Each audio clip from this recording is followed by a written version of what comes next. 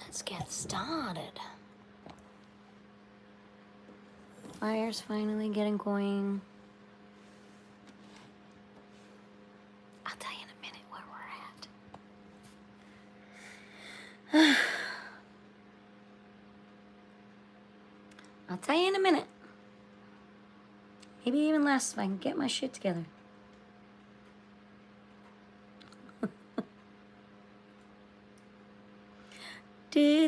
Do. Hey, so it's Christmas Eve, at least here where I am. Merry to those, this chair. I'm gonna have to sit backwards on it. Okay. Ah, it's much better. Okay. It's just easier. Okay, let me see if I can get... I'm just getting my fire going. Yeehaw! Anyways, I gotta take that off. Hold on. I'm trying to get organized. Took me forever to get my fire going. Merry Christmas Eve to those of you who celebrate that holiday. I am going to continue on with Arthur Fiedler and the Boston Pops. Thank you, Reader's Digest. This gentleman conducts an orchestra. We've listened to 3 albums so far. Today we're going to do number 4, and I'm delighted because this album, this particular album, focuses on, let me see if I can find it. Well, it's titled Tales of Vienna. And from what I understand, I am 50% Austrian. So, what a perfect day to listen to some Vienna music, Vienna waltzes, and all that beautiful music that probably is part of my heritage, right? So you know what I like to do. I like to read a little bit. And since there's really nobody in here, it's good for those of you who may view my stream later on. So let me give you a little heads up as to what we're about to listen to. I'm going to go ahead again and take from the pamphlet that came inside. I have not pre-read any of this. I will do my best to not mess up the reading, but I think it's nice to have a little bit of the history that they provide along with the music. What I will do is get out of the way. Why don't you enjoy the fire that's slowly working its way on. And I'll do my best to preface what we're about to listen to. Okay? I'll do my best. I don't think I have the right glasses on, but we're going to try. I think I can see with any glasses on. Alrighty. So, Tales of Vienna. Viennese night at the Pops. Oh my God. I mean, my imagination takes me there. I just can imagine. Hi, Wesson. I have to do a little reading, so if I don't chat with you, please don't take it personal. So, the Viennese traditionally live in 2 countries. One is on the map. The other is in the imaginary region where champagne bubbles, love triumphs, and everything is silk-lined. To many Viennese, the second country is by far the more important, and for over 100 years has been ruled by the matchless majesty of the waltz king, Johann Strauss Jr. Cute already. There is no clear border line between the real Vienna and that mythical world of the waltz. Out in the Vienna woods, for example, the 2 regions overlap.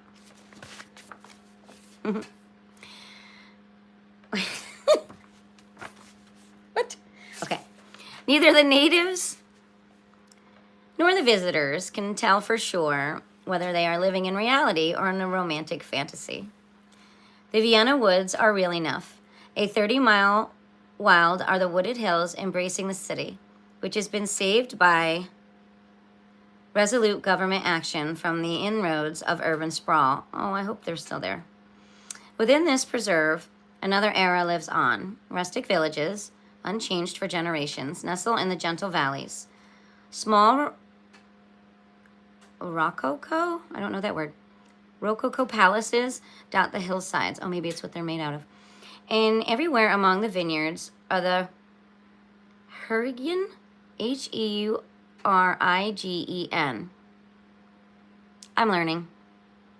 Small inns in whose ivied country...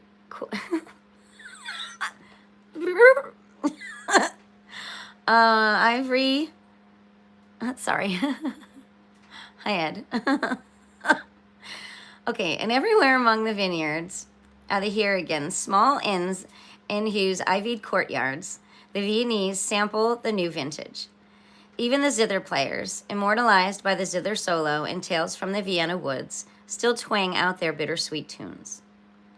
In this setting, the Viennese waltz was born early in the past century. Johann Strauss Sr., the waltz king's father, and Josef Lanner conducted small orchestras in various country inns around Vienna, and in their own compositions transformed the simple dance rhythms of the countryside into the sensuous, lifting flow of the waltz. Wow, whoever writes this has quite a way with words. Johann Jr. was only 19 when, against his father's furious veto, he abandoned his law studies to launch himself as a composer-conductor at De Meyer's, one of the largest garden restaurants in the Viennese suburb of Heitzing. Heitzing? Heitzing. That explains the name of the inns. A period of intense rivalry ensued as father and son headed competing orchestras and refused to speak to each other. Oh, the drama. But the younger man's surpassing, probably unsurprising genius soon became evident. And as his fame spread throughout Europe, the older Strauss became reconciled to his son's success. Within a few years, Johann Strauss Jr. had become the most wildly played composer of his time. And being a keen businessman, besides, he was the first musician to become a millionaire many times over from his royalties. How about that? Okay, so side one. Hi, Abdil, and Kavita. And Zed.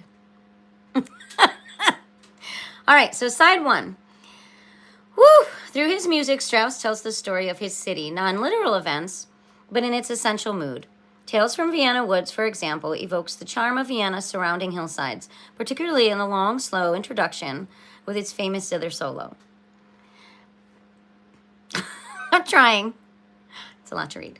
Even Strauss's Egyptian March does not really take us to the Nile, but keeps us right on the Danube. It mirrors Vienna's long-standing fascination with the Muslim world, which dates back to the time when the Turks besieged Vienna in 1529. The Viennese drove them off, but in the process, they learned from their Muslim visitors the art of making coffee, and from Vienna's coffee houses, the black brew spread through the Western world in Egyptian March. Strauss evokes a Viennese fairyland vision of the land of the Nile. Well, that is cool. Okay, in his Artist's Quadrille, Strauss gives us a picture of Vienna's musical life. Taking the most powerful, again, I'm making words up. Taking the most popular concert themes of his day, he merrily mixes them into a snappy dance. Mendelssohn's famed Wedding March starts off but slips suddenly into the opening theme of Mozart's Symphony No. 40. Unexpected detours lead to Carl Maria von Weber's Oberon and Chopin's Sonata in B minor. Later, sharp-eared listeners, sorry. I'm doing my best. I just can't see the words. They're a little blurry. Let's see. I'm sorry. Let me find myself.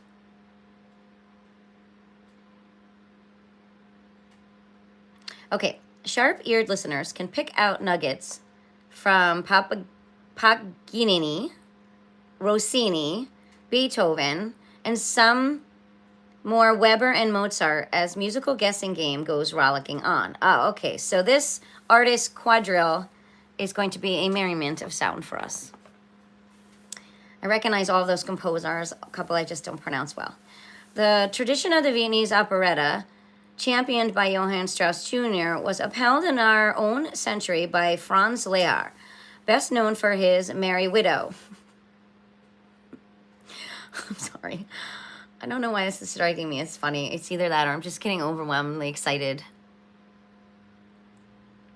Among his many stage works, The Count of Luxembourg dates from 1911, and The Count of Luxembourg waltzes, taken from the score, show Lehár at his tuneful best. The hallmark of his style is the mixture of Viennese sprightliness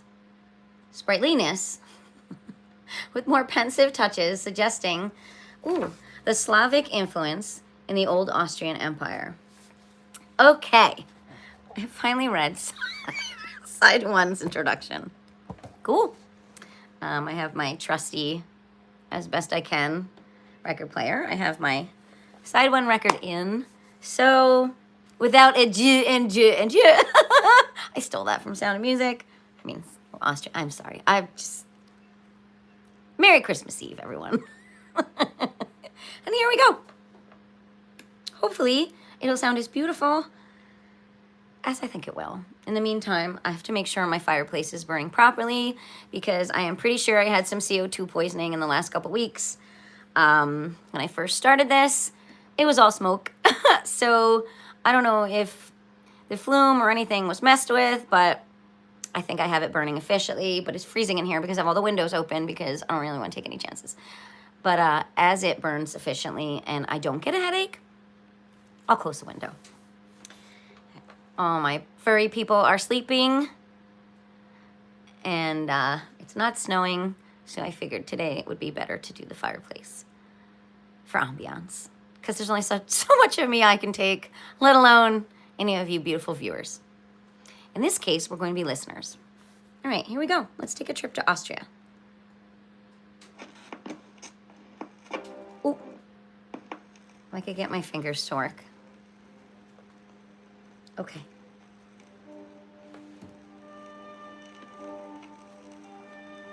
All right, Mr. Pops. Mr. Fiedler, do your thing, Arthur.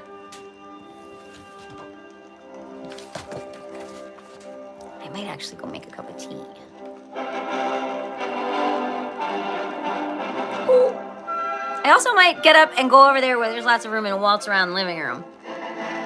It happens. It happens a lot in this house.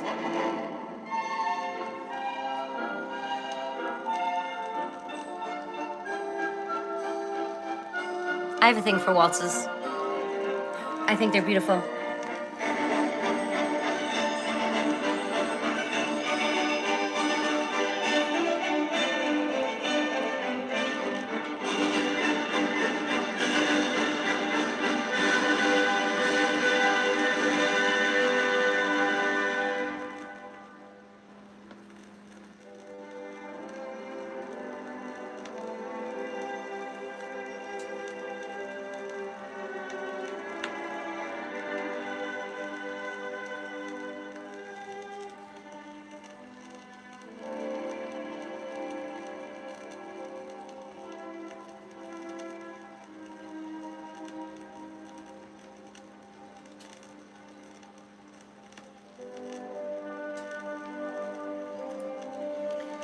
This will probably be the most quiet I have ever been doing these music things.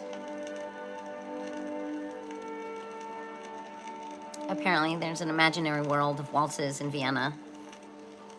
Is what I just read.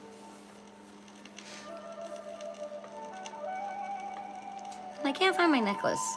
Oh, it's around somewhere.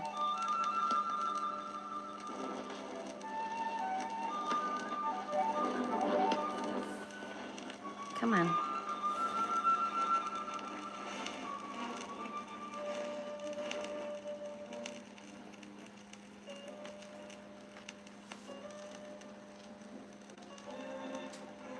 Here it comes.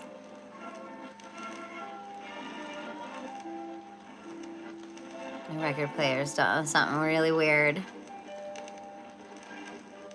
You hear it?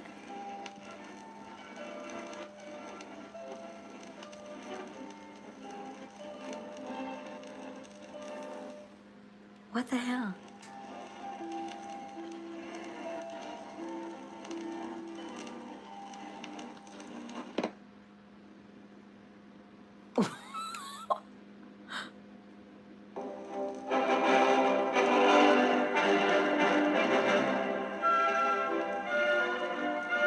That was weird.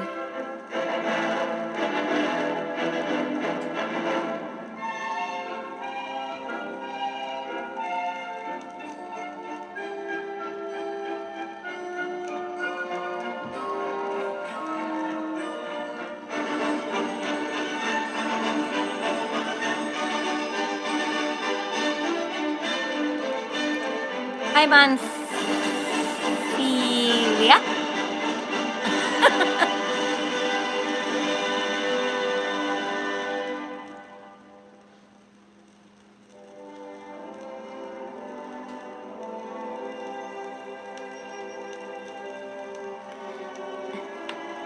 I'm sorry, I don't plan to do anything interesting today. I'm going to be a listener right along with you.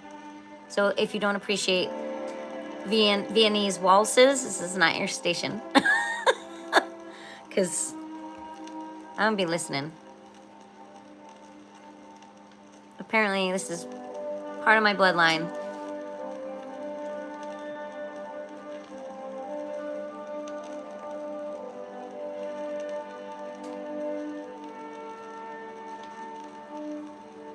Merry Christmas Eve to those who celebrate.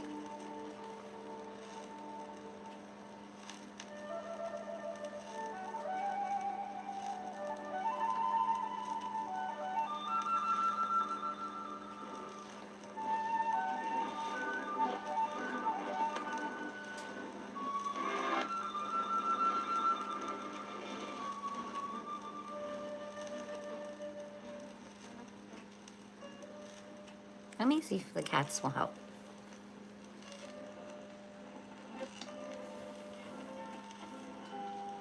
Hi, name started with an M. I don't want to destroy it, but hello.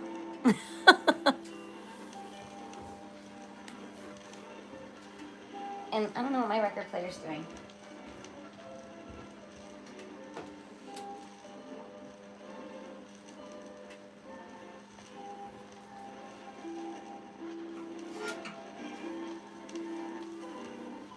It's sweatpants day. I can't figure out how to sit on this frickin' thing.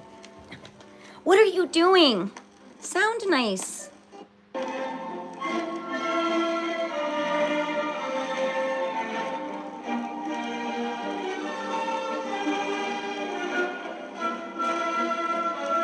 I don't know.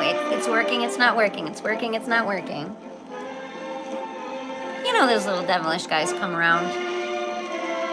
They fuck with your stuff. Got a lot of them here.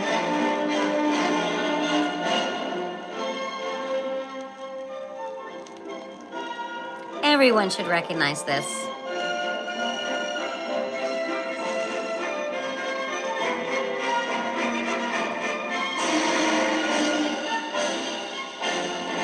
Just sorry, the quality of my record player sucks. One day I'll have all proper equipment and do these vinyls such justice. Right now I gotta make do with what I got. And I'll just play with it, try to keep it sounding good.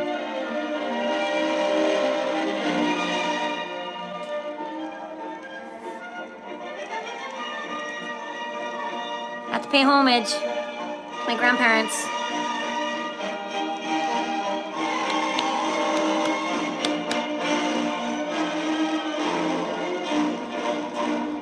Oh, you know, bye.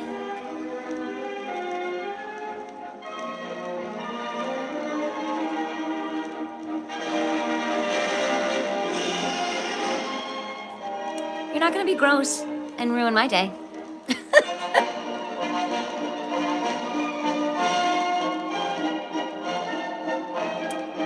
Yes, YouTube stab-worthy. I'm aware of that. Thank you, Russell. There's an Egyptian march next. It even mentions that in here. So I'm not in disagreement, and I'm always still learning, and culture's fascinating because it's just like an onion.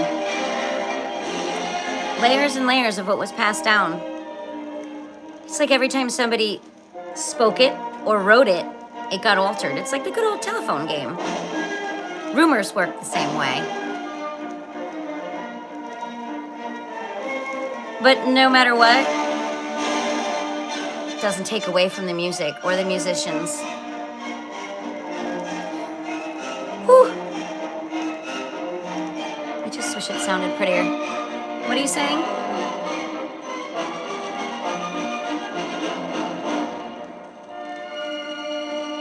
Did you just steal my words? Did I just not say onions? Well, you stick to red ones. They're healthier for you. And go, what's the other one? I don't know. I don't think it stinks. I just think it's fascinating. Oh. Oh, you were being funny. I thought you meant it as a negative. I apologize.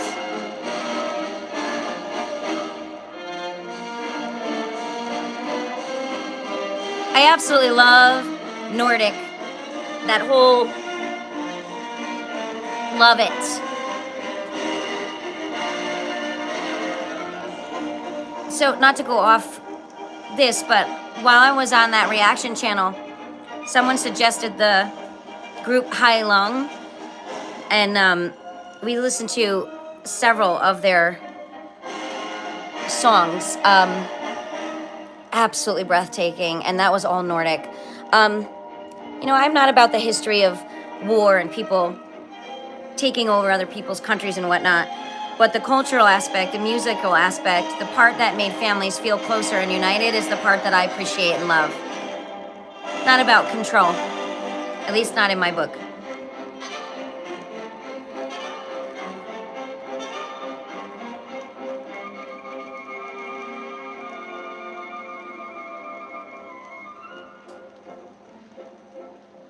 Ooh, that's a loaded question. Let me read it again and think about it. I'm not looking at this screen because it's like this big. Give me a moment. And welcome to the room, Dugai. What aspect of human development do you think was most shaped by evolutionary trade-offs?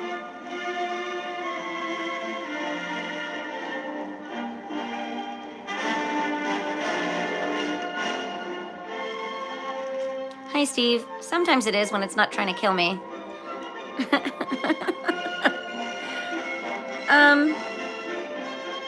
YouTube Stabworthy, I appreciate your comments big time. I'm just sorry this doesn't sound prettier. I'm working with the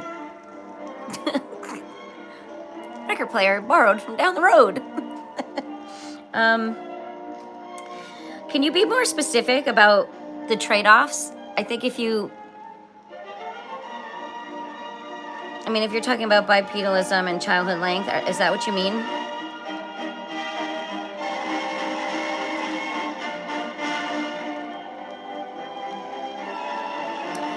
Oh, that's not true of all cultures. The showing teeth. And that does always worry me when I see videos of dogs going, and they say, oh, he's happy. Unfortunately, I think one of the trade-offs is broken patterns. And I think constant weaving of expected behaviors in cultures, things have kind of lost their specific meaning. I see what you're saying. But what's fascinating is I taught the timeline of living things in my Montessori classroom, and it required me to look at the scientific approach to evolution. I also studied child development and psychology in college, which also required me to read a lot about your question.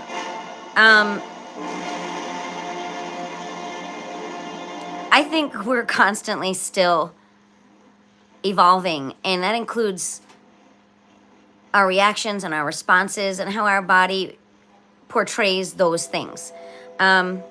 Culture is kind of a box for certain behaviors.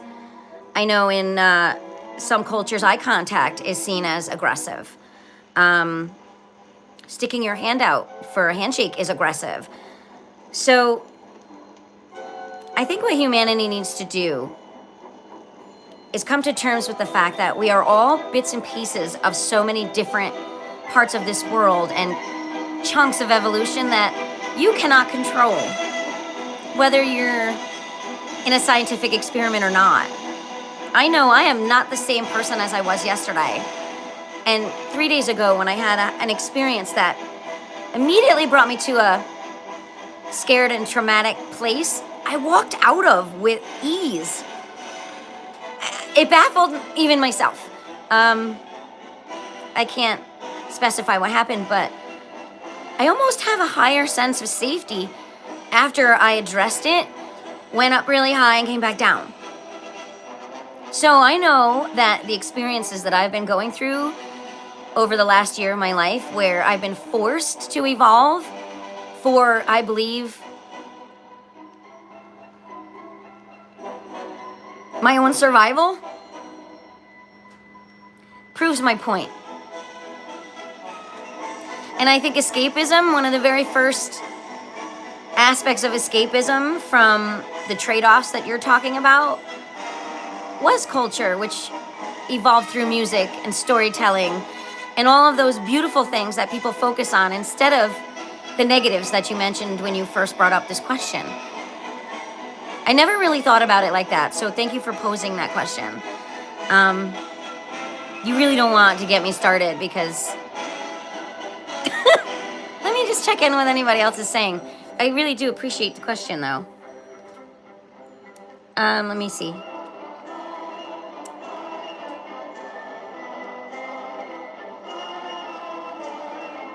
Childhood length. That's interesting. That I don't even know where to go with that. Do you just mean lifespans?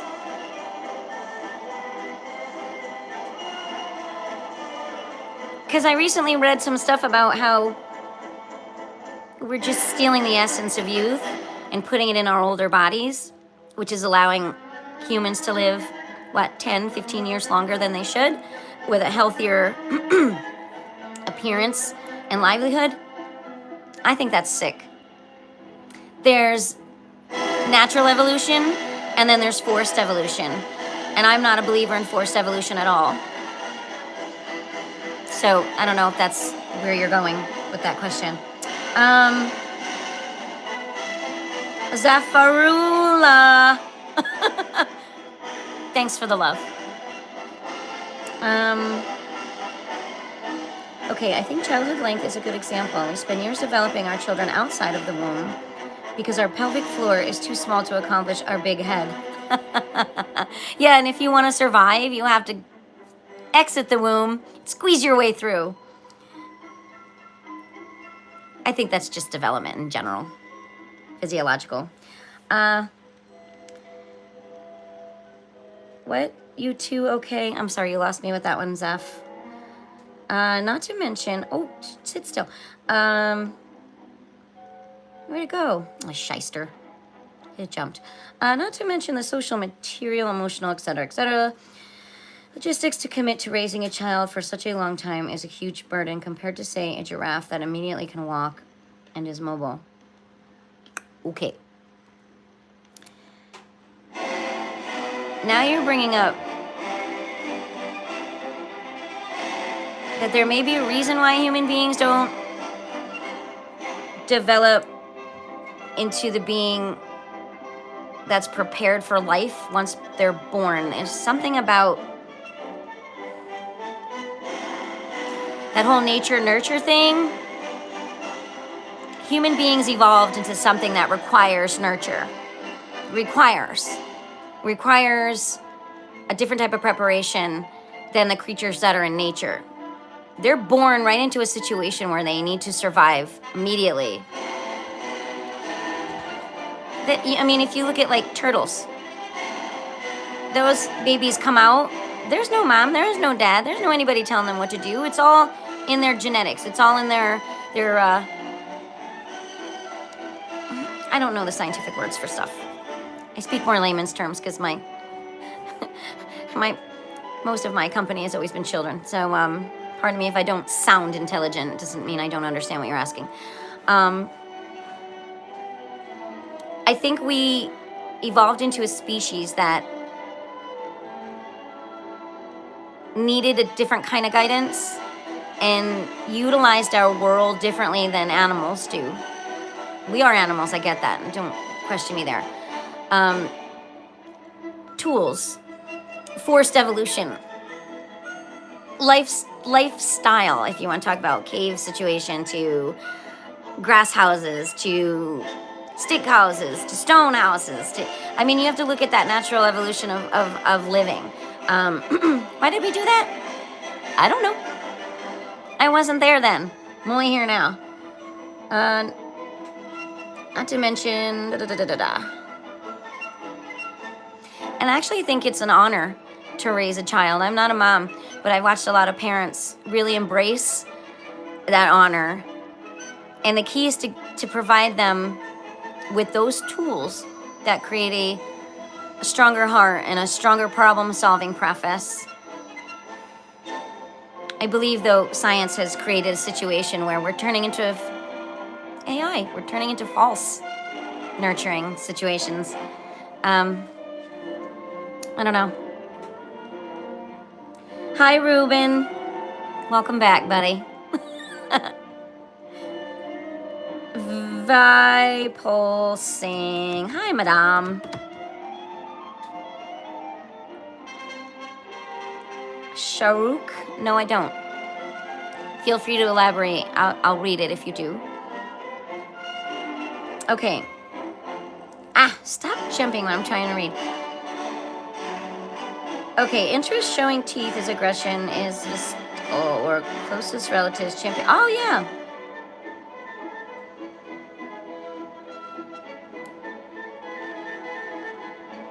We didn't stop fighting. We just became passive aggressive. And apparently, chimpanzees and gorillas are just as intelligent as we are. Their lifestyle just kept them in a fishbowl. But if you look at Coco and all of those animals who learn to communicate, I don't know if you ever saw Robin Williams visit.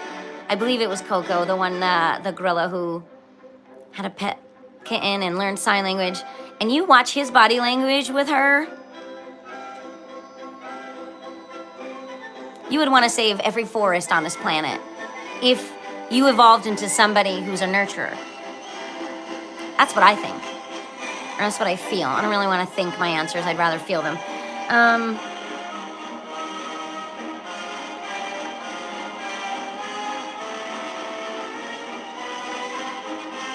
Hi from Brazil.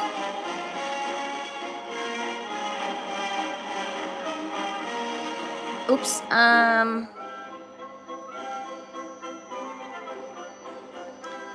And began helping each other and being altruistic. Okay. Your questions are very interesting. I don't know if my responses are doing any justice to your questions. And began helping each other and being altruistic. Males, instead of fighting for mating rights, began helping each other's partners to raise community together. And this is what makes us... Okay. But what are you doing? Are you now pedestaling patriarchal societies?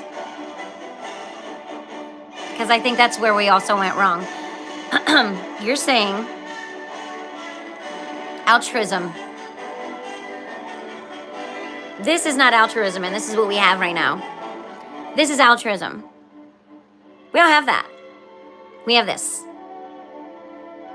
So, I'm not sure that's what we were working towards. I think that competitive nature went nowhere. I think it just got masked. That's all. And as far as showing teeth,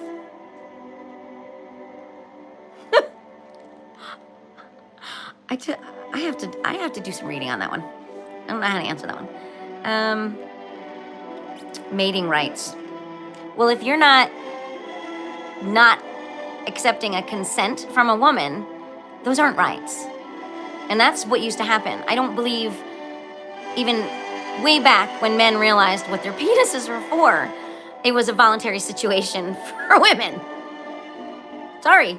You said it yourself, it's power. So, hi, Quantum. See the fit. I don't know what you're asking there. Okay, let me keep going. Childhood length, I mean, how long children take... Oh, yeah, okay. I did get that right then. Yeah, kind of like whales. They stay with their moms for like, what, 3 years? Or is that dolphins? And even stingrays need 3 years before they can be on their own. And here we are, just raping the oceans. Yeah, I didn't really want to say that word, but I did. Sorry.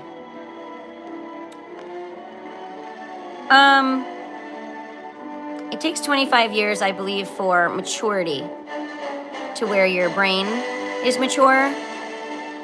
I don't know if that necessarily means needing your parents.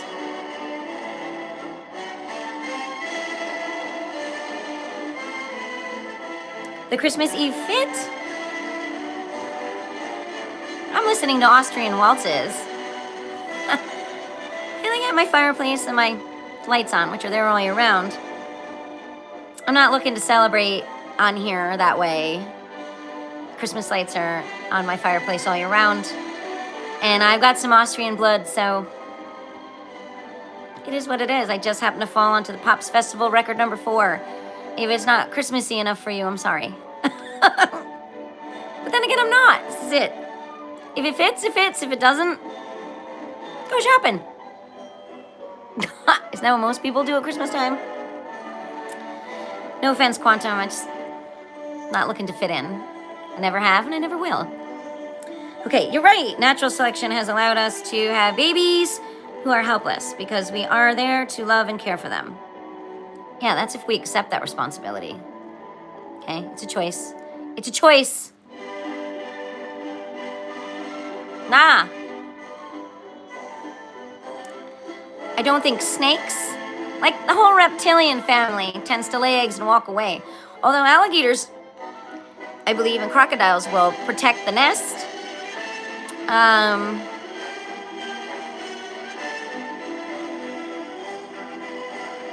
That also, I guess, shows evolution.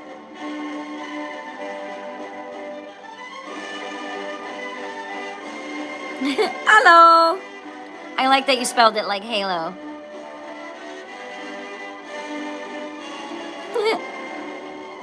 Yes, that fire is real.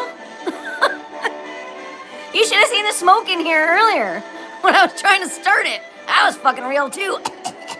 Okay? Yeah, I don't do AI fires. That is legitimate. And I'm actually kind of covered in ashes, so yeah. I hope you enjoy it. I kind of just wanted it to be a little bit warm. And I have orange peels on there, and it's making the whole room smell delicious. Hi, Vikram, and Guy. I don't know if I'm answering any of your questions the way you want me to. Nobody's really asked me any hard questions in a while. I'm fascinated with your questions as well as the potential answers for them. I'm just not a big sit at the table and rip apart evolution. I tend to just respect it.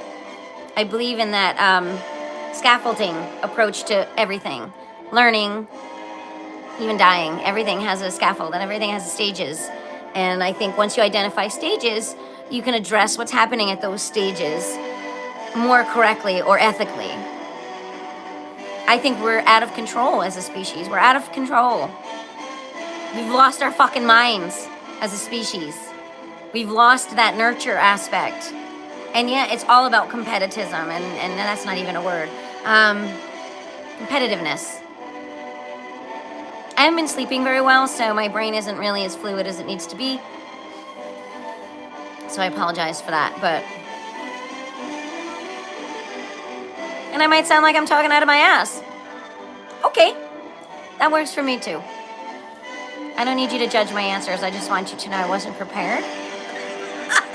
And even 6 weeks from now, I might not be prepared. But super fun questions. Ones I don't know or can't answer, I'll just be honest with you. Okay, we're going to continue on to side 2. And yes, we're still dealing with Tales of Vienna. And I don't know if you're listening to it, but it's absolutely beautiful. It's probably why it's keeping me calm. I do appreciate your questions, though. You're the kind of person I would want to go out for coffee with, and I was going to say something, but I have to keep biting my tongue on here. I wouldn't if we were sitting across the table from each other. Which country you had produced? What? I don't understand that verbiage, sorry. Where am I from? United States. That's what you're asking. 2 years ago, my boiler blew up and it burnt my arm. I told this story once. My dad was a gas man for a long time. And there was one evening where we were all at the dinner table and something just was off, you know. Nobody really could put our finger on it. And so we all really focused on my father's face, and he had no eyebrows and no eyelashes. And he had a boiler blow up in his face, I believe, too. And he was missing, like, all his front hair. He's probably pretty lucky to have not suffered a severe burn. Yeah, fire's dangerous. A lot going on in this area too, and it's just fire after fire after fire. It seems they get reported so much more in the wintertime. Not exactly sure why. Oh, probably because most people sit outside in the warmer weather with fires. But funny, I just heard my mom a couple of days ago say to me something about fire safety, and then it occurred to me that a number of days over the last 2 months or so that I've been using the fireplace, I'm pretty sure I've had CO2 poisoning, like, to the point of where I had to go outside for hours in order to get rid of the headache and the nauseous feeling. And what's funny enough is my mom worked at a bank locally. She was pregnant with my sister, I believe 8 or so months. And she was the first one to drop. There was a CO2 situation where she worked, and they put her out a window, but my sister absorbed the oxygen, and that's why my mom fainted before everyone else. I believe everybody thought she saved everyone, because it was really, now you go back to these questions, that survival, that her body was willing to let her, unborn infant survive. It recognized to cut the CO2 off from the baby. My sister's a normally functioning person as far as I know. But anyway, not to go off topic, that's what I do. Sorry, what I have to be a professional at, going off topic. Eventually my circles come back around. All right, let me put this record on and catch up with the chat. I will ramble if given an opportunity. Let's see. Hi, what's up? Oh, you retracted? Why are you retracting? Tuesday. Well, I'm glad you're okay. What do you mean, which country you had produced? I don't understand the question. Well, I feel like electricity is basically fire in a controlled environment. You know what I mean, Jelly Bean? Electrical fires are just as scary because they're sneakier. They don't give as many clues.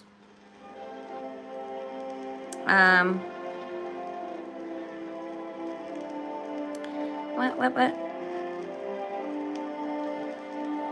Although when I get super pissed off, I can make things spark. It's happened a few times in the last couple months, scared the shit out of myself.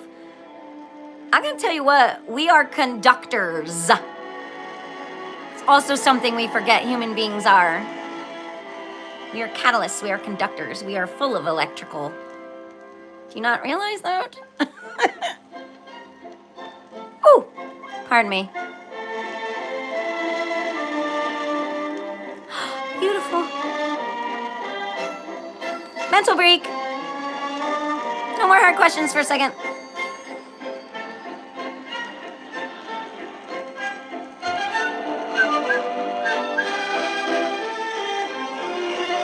Oh, I need a big poofy dress and a good dance partner and a big old room and an ankle that doesn't feel broken all the time. I would eat this up.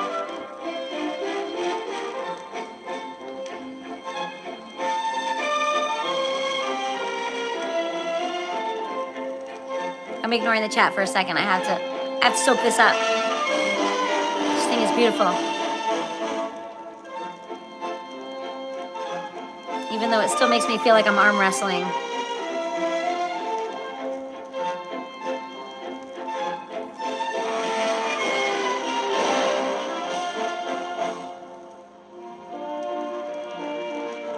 Amen to musicians. That's all I have to say. All you creative brains who can harness these notes and connect them to instruments. My life source. It's beautiful.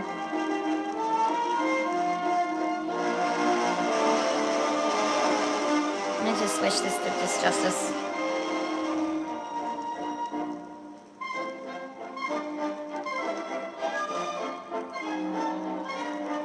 Time to go see an orchestra for sure.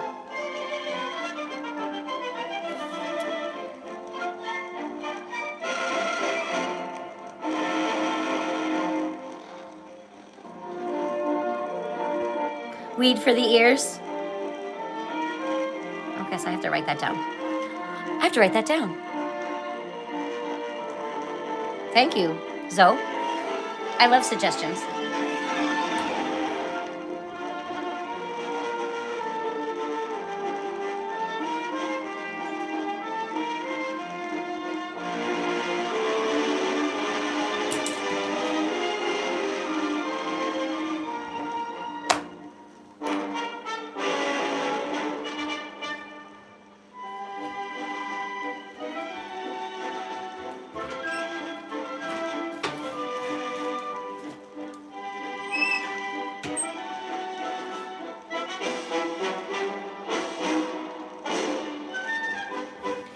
Be right back. Enjoy the fire and this beautiful music.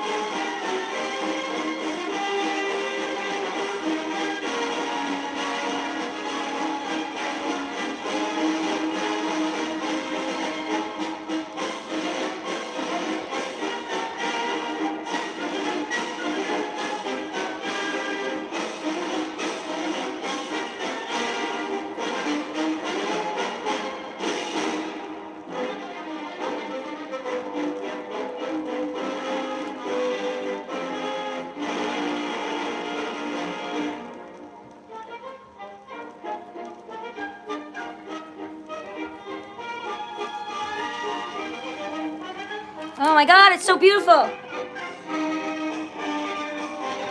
So I want to tell you something interesting. Hey. Hey. Somebody woke up. Let me just write this down before it disappears.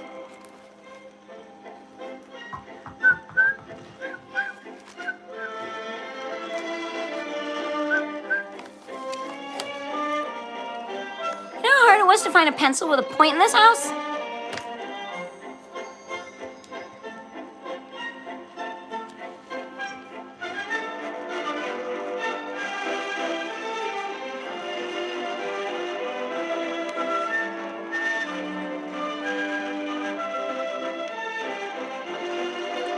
Weed for the ears.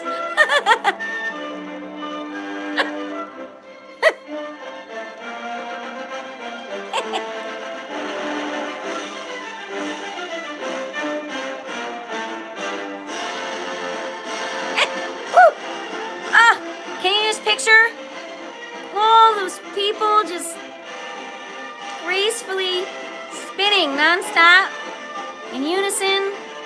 I think you've seen it in the latest vampire movie.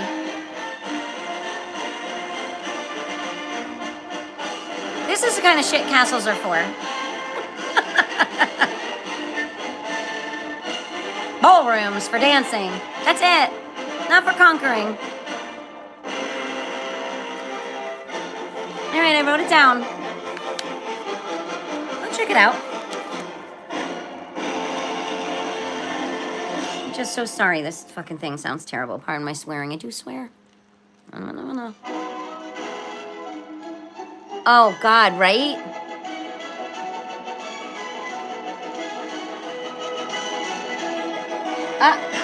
These, I'm going to tell you what.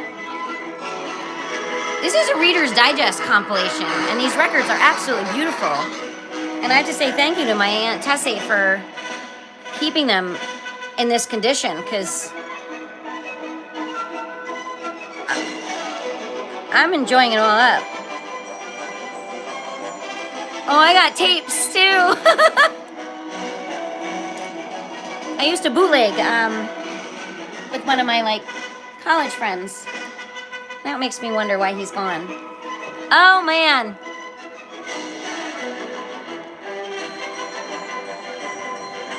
Ooh, listen to that. You hear the tinging, the chimes?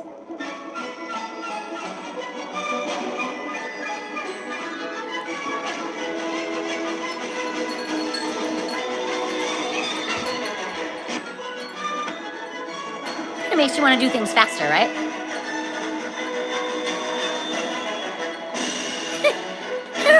We're in Bugs Bunny cartoon again.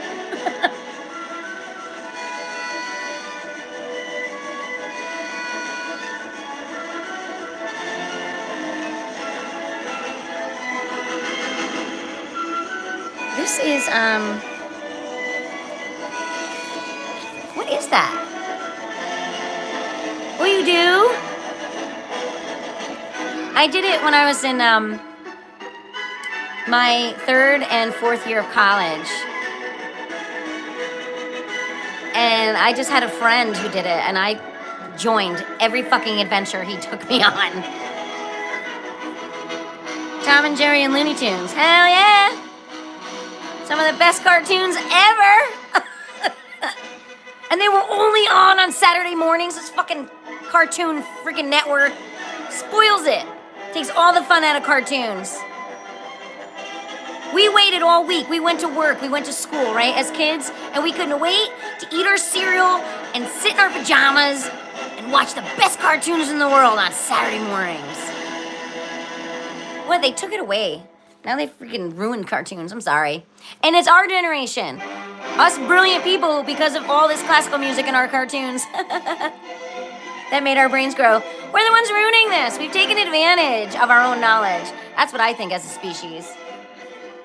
Good nurture went out the window. And I don't believe this is nature. I just don't. Nature only does and takes what it needs. And it's definitely not nurture. So we need another category. We need another category. Like he said, is that a real fire? Yeah! And let me tell you, this is a freaking old fireplace. Like old. Not ancient, but old. Not the wood stove part, but hey. Oh, so here's what I'm envisioning.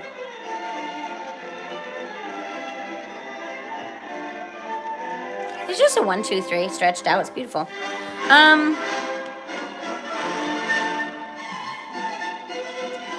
Yeah. Oh yeah, they do. It's those adults who never grew up who watch adult cartoons that are just disgusting. I'm sorry. I work with little kids, so anything that is super disrespectful, I don't watch it. And I'm not going to mention any of them, but they know who they are. You know who they are. But as far as listen, when I nannied, I watched a handful of cartoons. So that would have been 15 years ago cartoons, and they were scary. I'm sorry.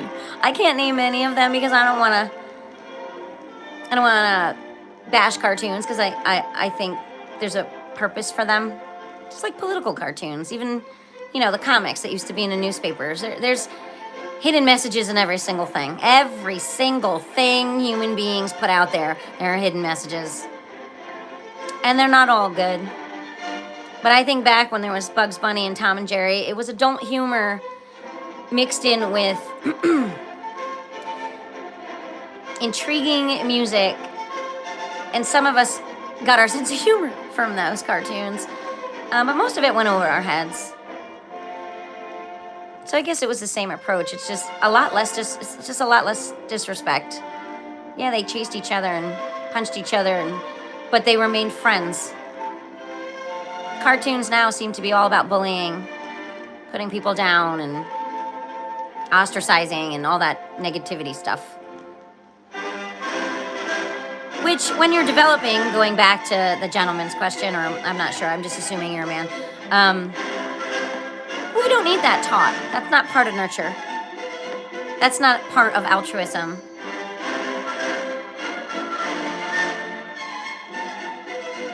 Ah, this music is beautiful.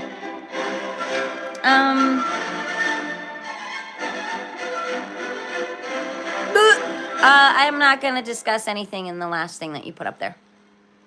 I have incredibly strong feelings about that comment.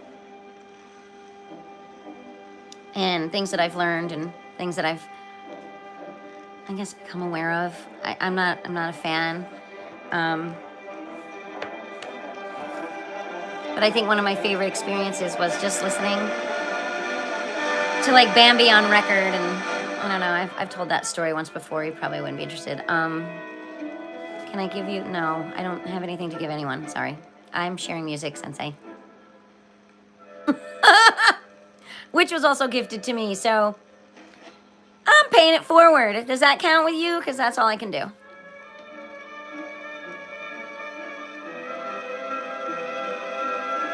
Listen, right now I have a channel that isn't monetized. I've been doing this for over 2 years now. It's hacked, it's controlled by somebody else. I don't know what all these little emoticons are because I can't utilize any of them. I mean, I've just recently started enjoying other people's live streams, especially musicians. Those are usually the ones I stick to. Because that's my jam. No pun intended.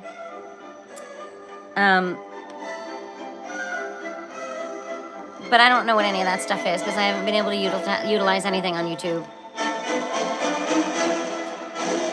And like I've said before, I am doing this because this brings me absolute joy. And I feel like I'm saying thank you in the best way. I don't think these records were given to me with the intent for me to find joy in them. I think somebody just wanted them out of the way. And it's a shame. They should have listened to them before they passed them on. So yeah, sorry, Sensei. I don't know what you're talking about. Can't do it unless you're just accepting to pay it forward.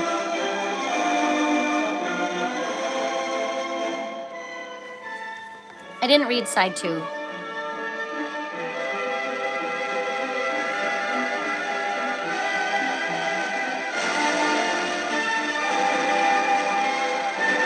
I probably should have. I'm sorry.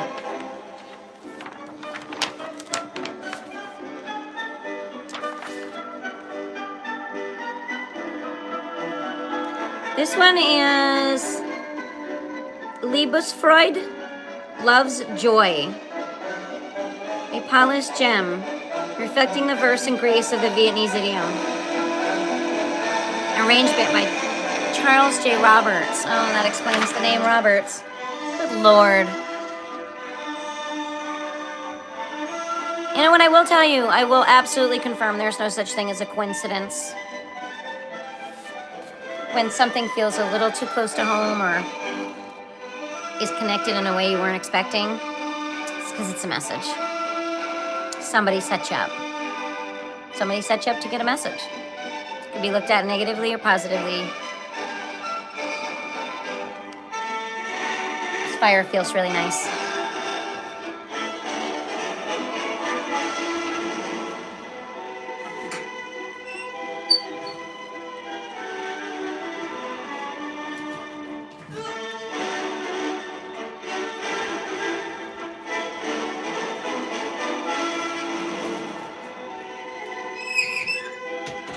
Pardon my rear end. Just realized I bent over.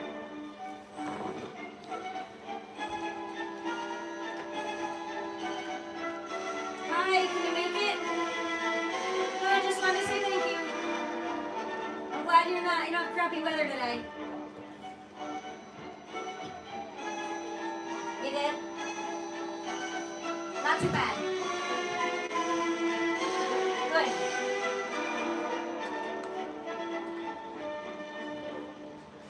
Sweet.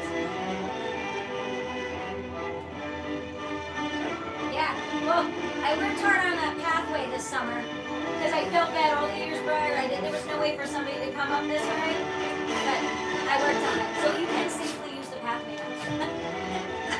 And every little bit helps, right? Yeah, and I made sure I kept the dogs in, so you're good.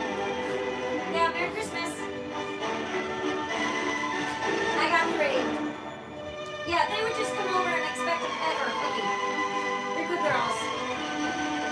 Well, enjoy your holiday. You don't have to work tomorrow, do you? Ha!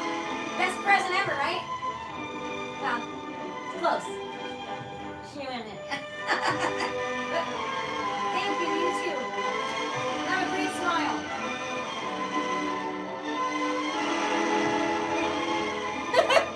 That's the cutest petroleum deliverer I ever seen. Cute. What are you gonna do?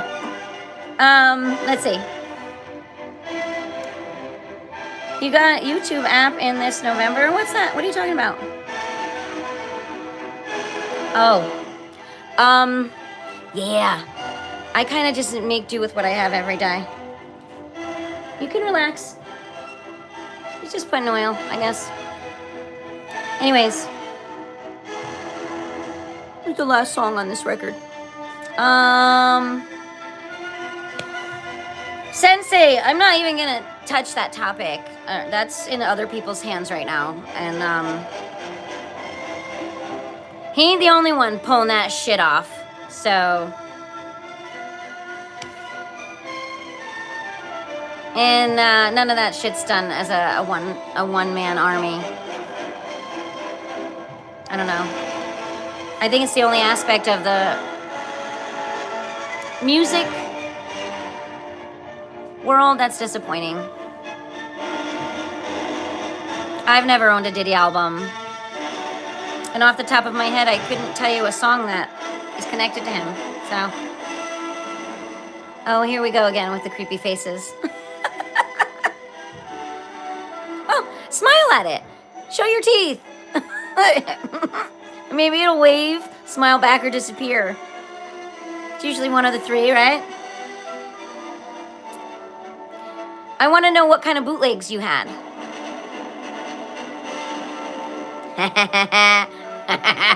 That's a funny response there, GZ. GZA, appropriate response.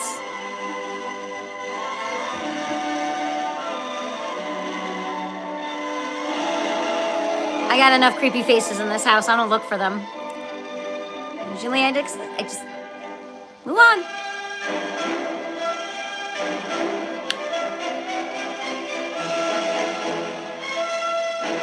Are you two gonna argue that? You let me know what you come up with. I've worked very hard to balance out the energy in this house. It doesn't touch me too much anymore. I think it's come to terms with the fact that I don't play. I acknowledge and I say, go away. If they're kind, I say nothing.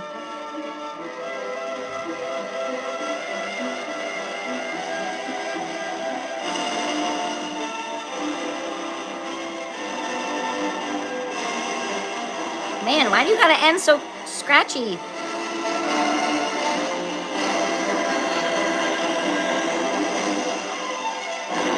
Some sound good, some don't.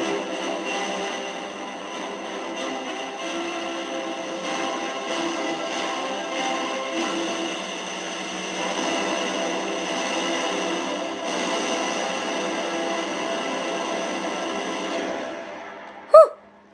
Okay. Very good. Album 4. Shit. Okay. All right. Like I said, I can't read anything when I don't have my glasses on. But we are going to, because Everybody's still you went back to sleep. Good job. We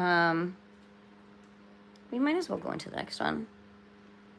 I'm enjoying the crazy chat today. You guys are, you're bringing it. It's on a reflection since it's a brick wall. 100% a demon confirmed. Well, I hate to tell you, there's probably some in your room too. Yeah. We've learned to work together here because they have no choice. It's my home now. And they come and they go. 100% demon confirmed. Oh, you did? I've had several. Yeah. I'm not a believer because I choose to be. I'm a believer because it happened to me. Okay? So all those people who are like, oh, people make that shit up. That's not my imagination. I don't have that kind of imagination. I don't really do that whole imaginary shit. I'm a nature kid. I like concrete stuff. I like to be able to hold what I'm looking at and thinking about. I'm not big on abstractism. I'm making up words again. I much prefer to use all of my senses and soak it up. Yeah, I've had them too. Feel free to share. I don't discount anybody's personal experiences. And for the record, I wasn't on any drugs or anything like that that would mess with my brain for any of those experiences. Okay. Yes, it exists and they're not meant to be seen. Sure about that? Usually things that aren't meant to be aren't. Let's look at it from a practical point of view. All right, let's see what number 5 is. Number 5. Oh, how appropriate. Holiday for strings. Oh, God, there's already words here. I don't understand. Ah, my grandma. Okay. The first one. Holiday for strings. In parentheses, rose. You can't tell me the universe don't hang out with you if it doesn't want to. You're lucky when it hangs out with you. I am going to do a little reading, which means everybody in the chat, you could disappear, or you can hang out, or go check out other rooms. Because I want to know, and I'm sorry, I didn't stop to read the second. And they are meant to be seen. Anybody who wants to be seen is meant to be seen. Demons are like spirits who don't have self-control. They didn't get enough hugs when they were initially put into existence. That's how I look at it. They're just lacking. They're lacking the love they deserve. I'm just joking. I'm just joking about that. Anyways. No.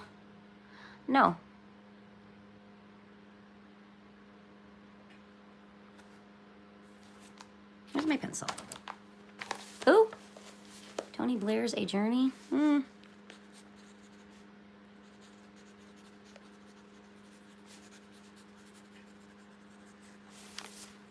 I like writing when not looking at it. Okay. So record number 5. Side 1, Holidays for Strings.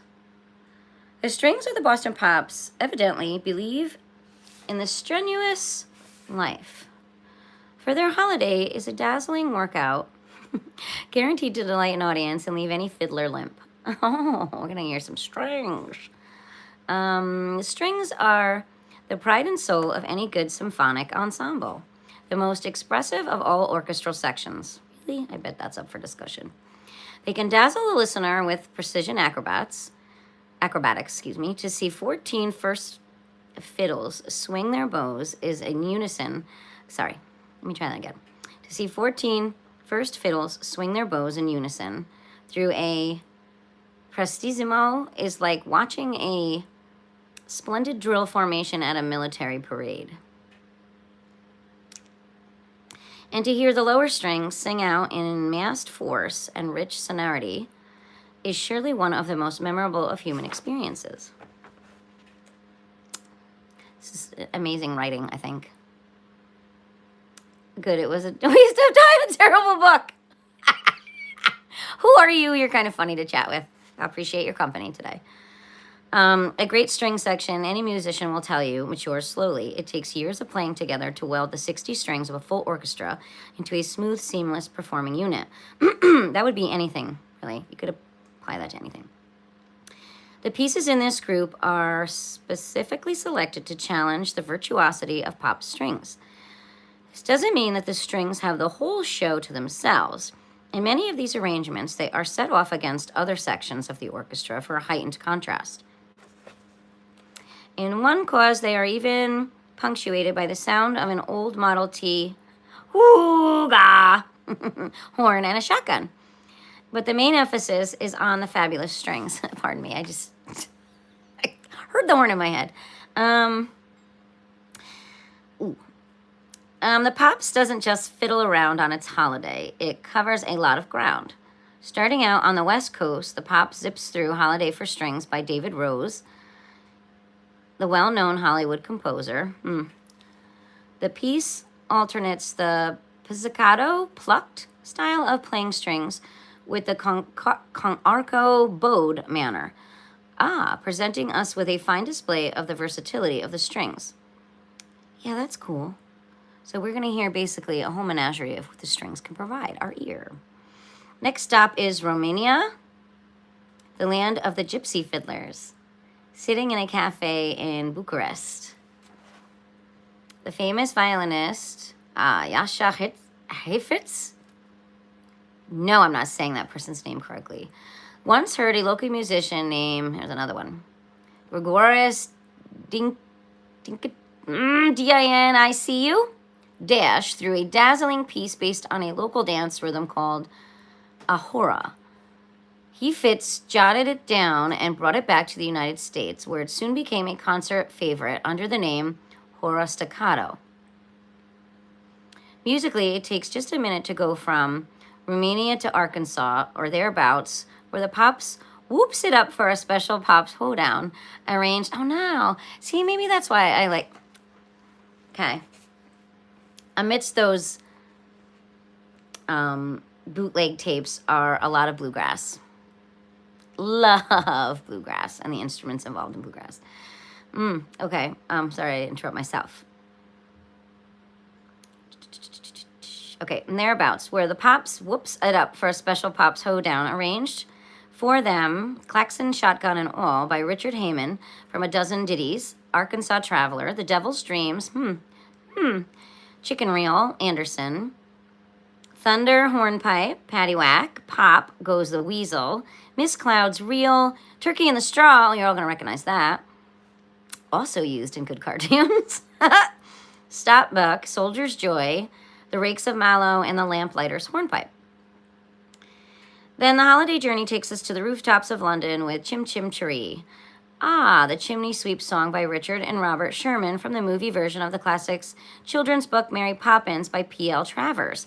My niece played the little boy in Mary Poppins in high school. She was not in high school. She was in elementary school or intermediate school. I believe she was 9 at the time. She was phenomenal. Probably her best ever. Although I haven't seen everything she's done. I've only been privy to some. But she was phenomenal in that as a young child, having to speak with an accent, a British accent. And oh my God, she was just amazing. I'll never forget that. I just never will. And the whole cast of it, it was just beautiful. Beautifully done. Anyways, let's see. Mary Poppins, yes.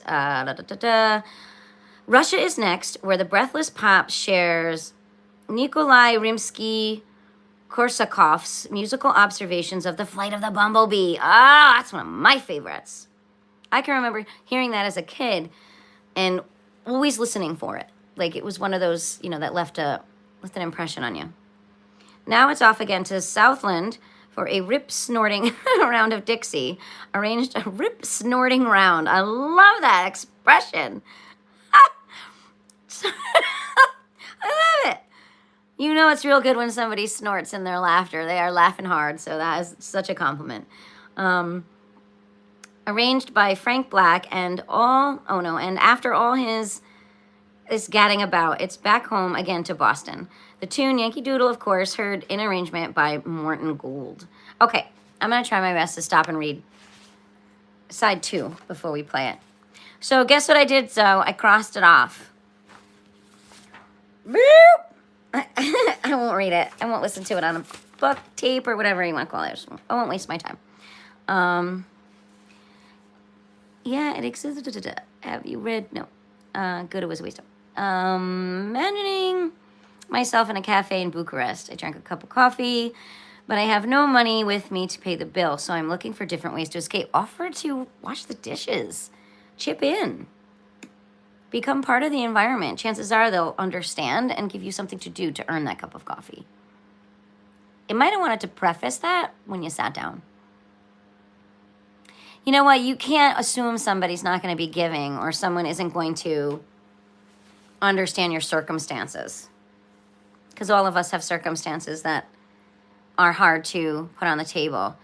And then there are people who are unkind about your circumstances and they assume you either deserved it or you weren't worthy of a different circumstance. I would imagine yourself being honest. Maybe you'll get to be a sous chef for an hour and learn something. Never been to Bucharest, but I imagine it's beautiful. All right, here we go. We're going to hear some fiddles. Fiddle-fiddle-fiddles.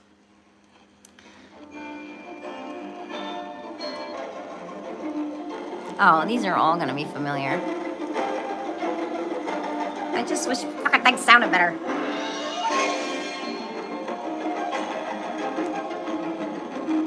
Hang on a minute. For a second. I really don't understand why you sound so crappy. You sounded absolutely amazing 2 days ago.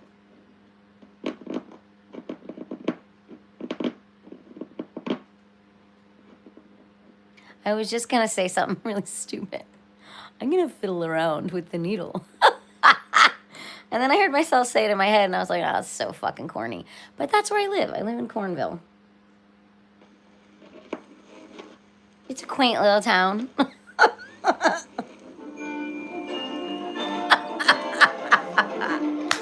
Dude, you know you've lost it when you crack yourself up. I don't think it helped.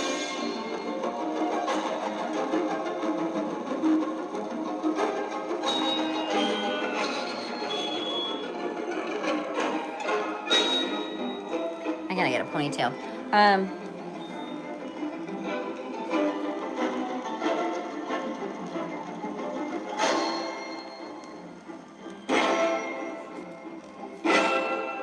Oh, I don't know how many of you noticed. I was so fucking excited. There goes my swearing again. Come on, you can sound better than that. You can sound better than that.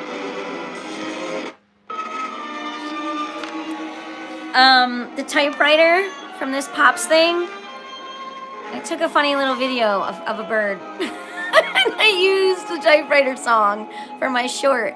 And I loved it. Because I'd said, I hope I can use this for a short. And not like 2 days later, I was like, perfect. Anyway, you really do have to appreciate your own creativity. Don't expect anybody else to. Don't be creative unless you want to, Right? It sounds terrible. The dog picked up her head. Hi. All right, I'll show you my audience. Say hi, everybody. What's wrong? Your ears are back. You hear something I'm supposed to be hearing? Oh, you like this music? Oh, the other two are passed out completely. My Nelly feels awful. Yeah, I gotta have company. People with company are welcome too. They come and go. My good friends know you. Just show up.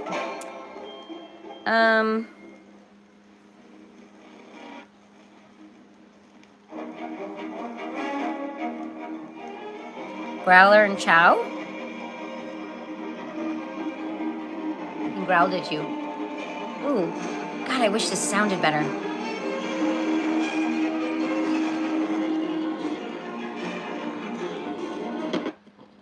Hang on, man. I gotta get to the bottom of this. I would like to hear more about your paranormal experiences. Since you make a lot of statements, back them up. Can you tell me about one of them? I won't think you're crazy.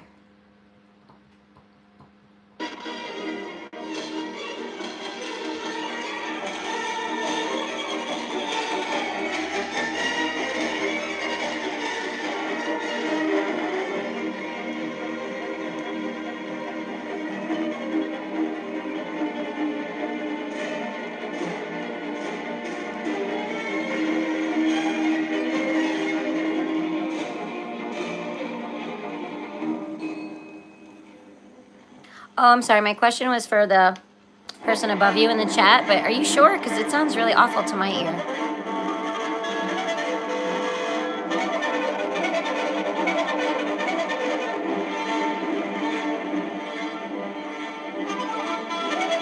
But hi, Sandra.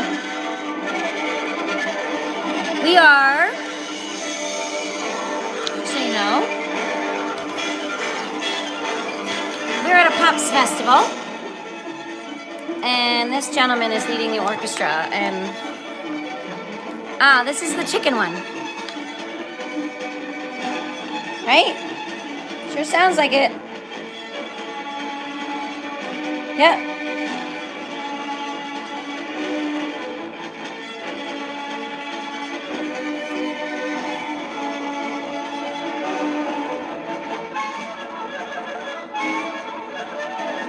Here's what happened to me when I was young. Really? The chicken song's on and you're gonna tell me this story? Really? Alright, have fun with it. Just have fun with it. You're welcome, Sandra. If you have any other questions, I'll fill you in. People come and go, I don't mind letting you know what we're doing.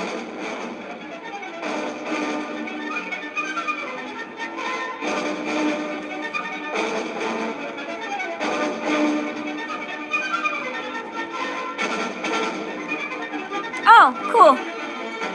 Sandra, cool. I am reading, though. So you heard footsteps, and there was no being creating those footsteps.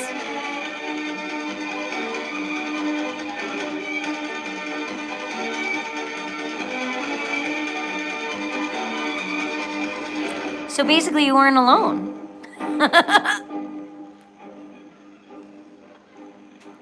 I'm guessing since you heard footsteps, they wanted you to know. Ooh, where are we now?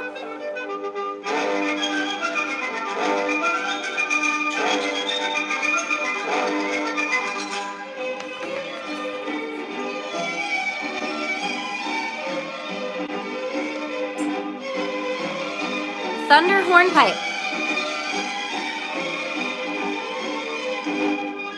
Too heavy for a chicken.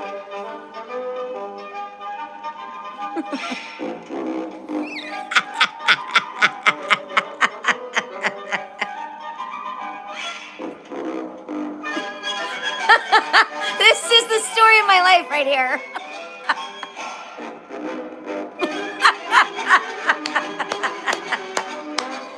Yeah.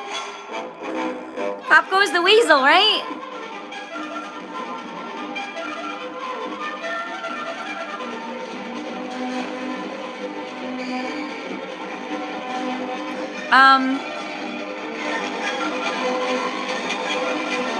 There's a lot of shit walking around upstairs at this house. When I can see all 5 of my animals, and then there's something that goes from one end of the house across all the way to the other side, and sometimes back and forth a number of times. When all of the paws are down here, I just listen and avoid the upstairs for a while.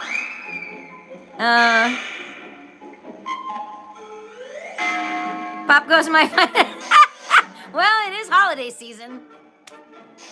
I never had any finances to lose. Ah, there's the horn. Ooh, and the shotgun. Oh, oh, Jesus. You go, Pop. Got the dog excited. It's all right. Nobody's shooting at you. At least not at the moment. Hens and the rooster sounded.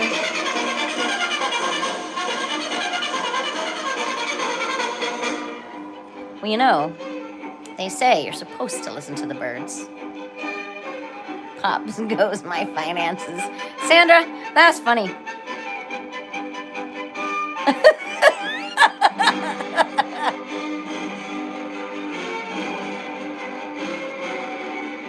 Oh. Another cartoon reference, yes.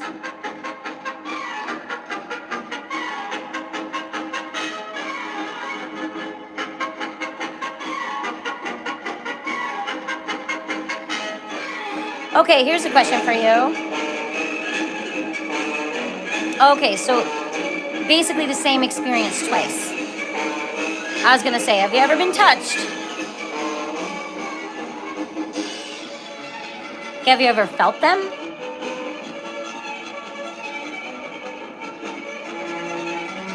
What, Nikki?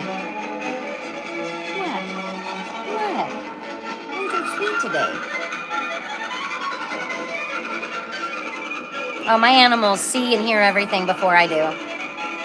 My first dog, she was young. I got her as a puppy when I first moved in this house. And there were certain corners, like ceiling corners, that she would glare at. Kind of do like a quiet growl. Not show her teeth, but be like, you know. She saw a lot of stuff. She was also a scaredy cat, though. If you raised your voice, she would bolt. So she wasn't a protector by any means. And this one just laid down. You're gonna soak up the fire? Good idea. I wish I could see without my glasses. Time to get contacts, because I honestly hate glasses.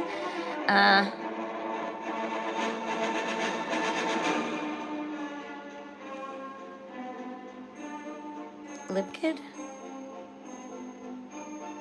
No touch. They're not lost souls. They're not lost at all. They know exactly where they are and they know exactly what they're doing. They're communicating. I've been touched. I don't like it. I don't like it. I don't like it. Stay in your own realm. That's how I feel about that. Oh, linked. Okay, that makes much better sense.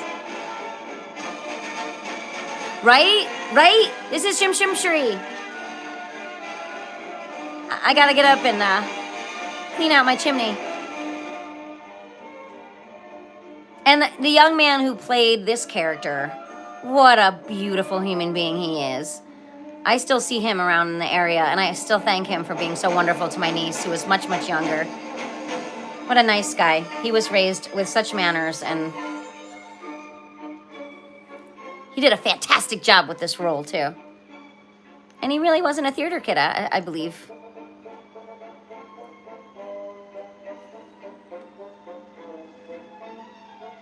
Learn you? I can only speak from personal experience. Or file a restraining order? I have a lot of things that I do. Just to own my space. Own it. Well, we've come a long way, haven't we? That's my Nell. She's not okay right now. But she is, right? Hey, let me see your face. She can't, she's having bouts of, like, blindness. 2 days ago it was really scary. I thought she was dead. I sat on the floor with her in my lap for a while. She was just walking into things and drooling and, it was horrible. But she checks on me. She's a good girl. File a restraining order.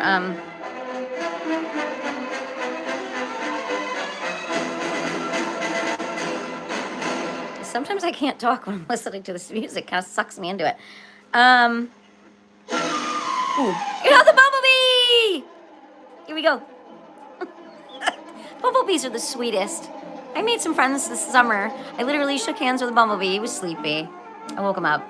He was like, get away, but I took it as an advantage to shake his little hand. It's cute. It's one of my shorts. He high-fived me. Yeah. But I've also had hornets, yellow jack. There was a moment, and I know they got sent to me. I'm just going to tell you. I just know. This whole fucking room was all bees. Bees everywhere. And this one down here. Nellie, what are you doing? Come here.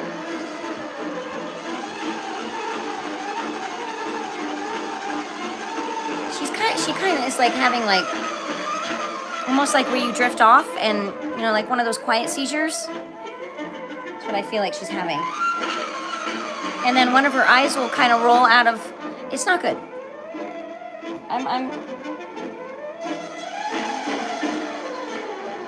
Look at them interact. See, I'm just a big puppy and I'm a pain in the ass. But I love my Nellie. No buts. No buts about it. No buts. Hang on.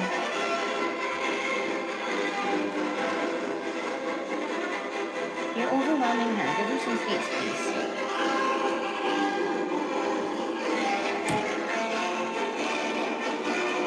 Hang on. Be a good sister. Okay.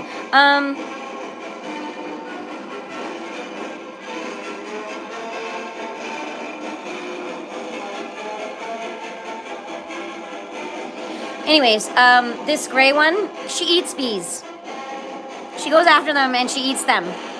She chomps at them. Yeah, this is one of those. Like one of those. She eats them. How many? You must have eaten. Give me that. You must have eaten 150 bees this summer alone. And I ushered some of them out. Some of them I squashed. I don't like to kill stuff, but like, I mean, we were inundated with bees, and I'm not big on sprays and stuff. I made friends with the hornets. They have they like the big ones. I have a couple of them in my shorts. If you're curious about what I was dealing with, they were not ordinary bees. I can't really play right now. I'm sorry. I got you started, honey. Come here. Not now. We'll go back out again. No. This is what happens when you throw it once. I might have to play fetch when I'm doing this. Anyways, I don't know how much I want to elaborate on my paranormal experiences. Again, very personal. And speaking of evolution, I've evolved with that too. You have to be very confident. Because some of them aren't nice. Some of them don't touch nice. You know, they're not nice. Some of them are peaceful, some of them are not. Nope. Can you? Usually I can give her a spot to put the ball. Ooh, ooh. I feel like we're like invading something. Oh, the bees.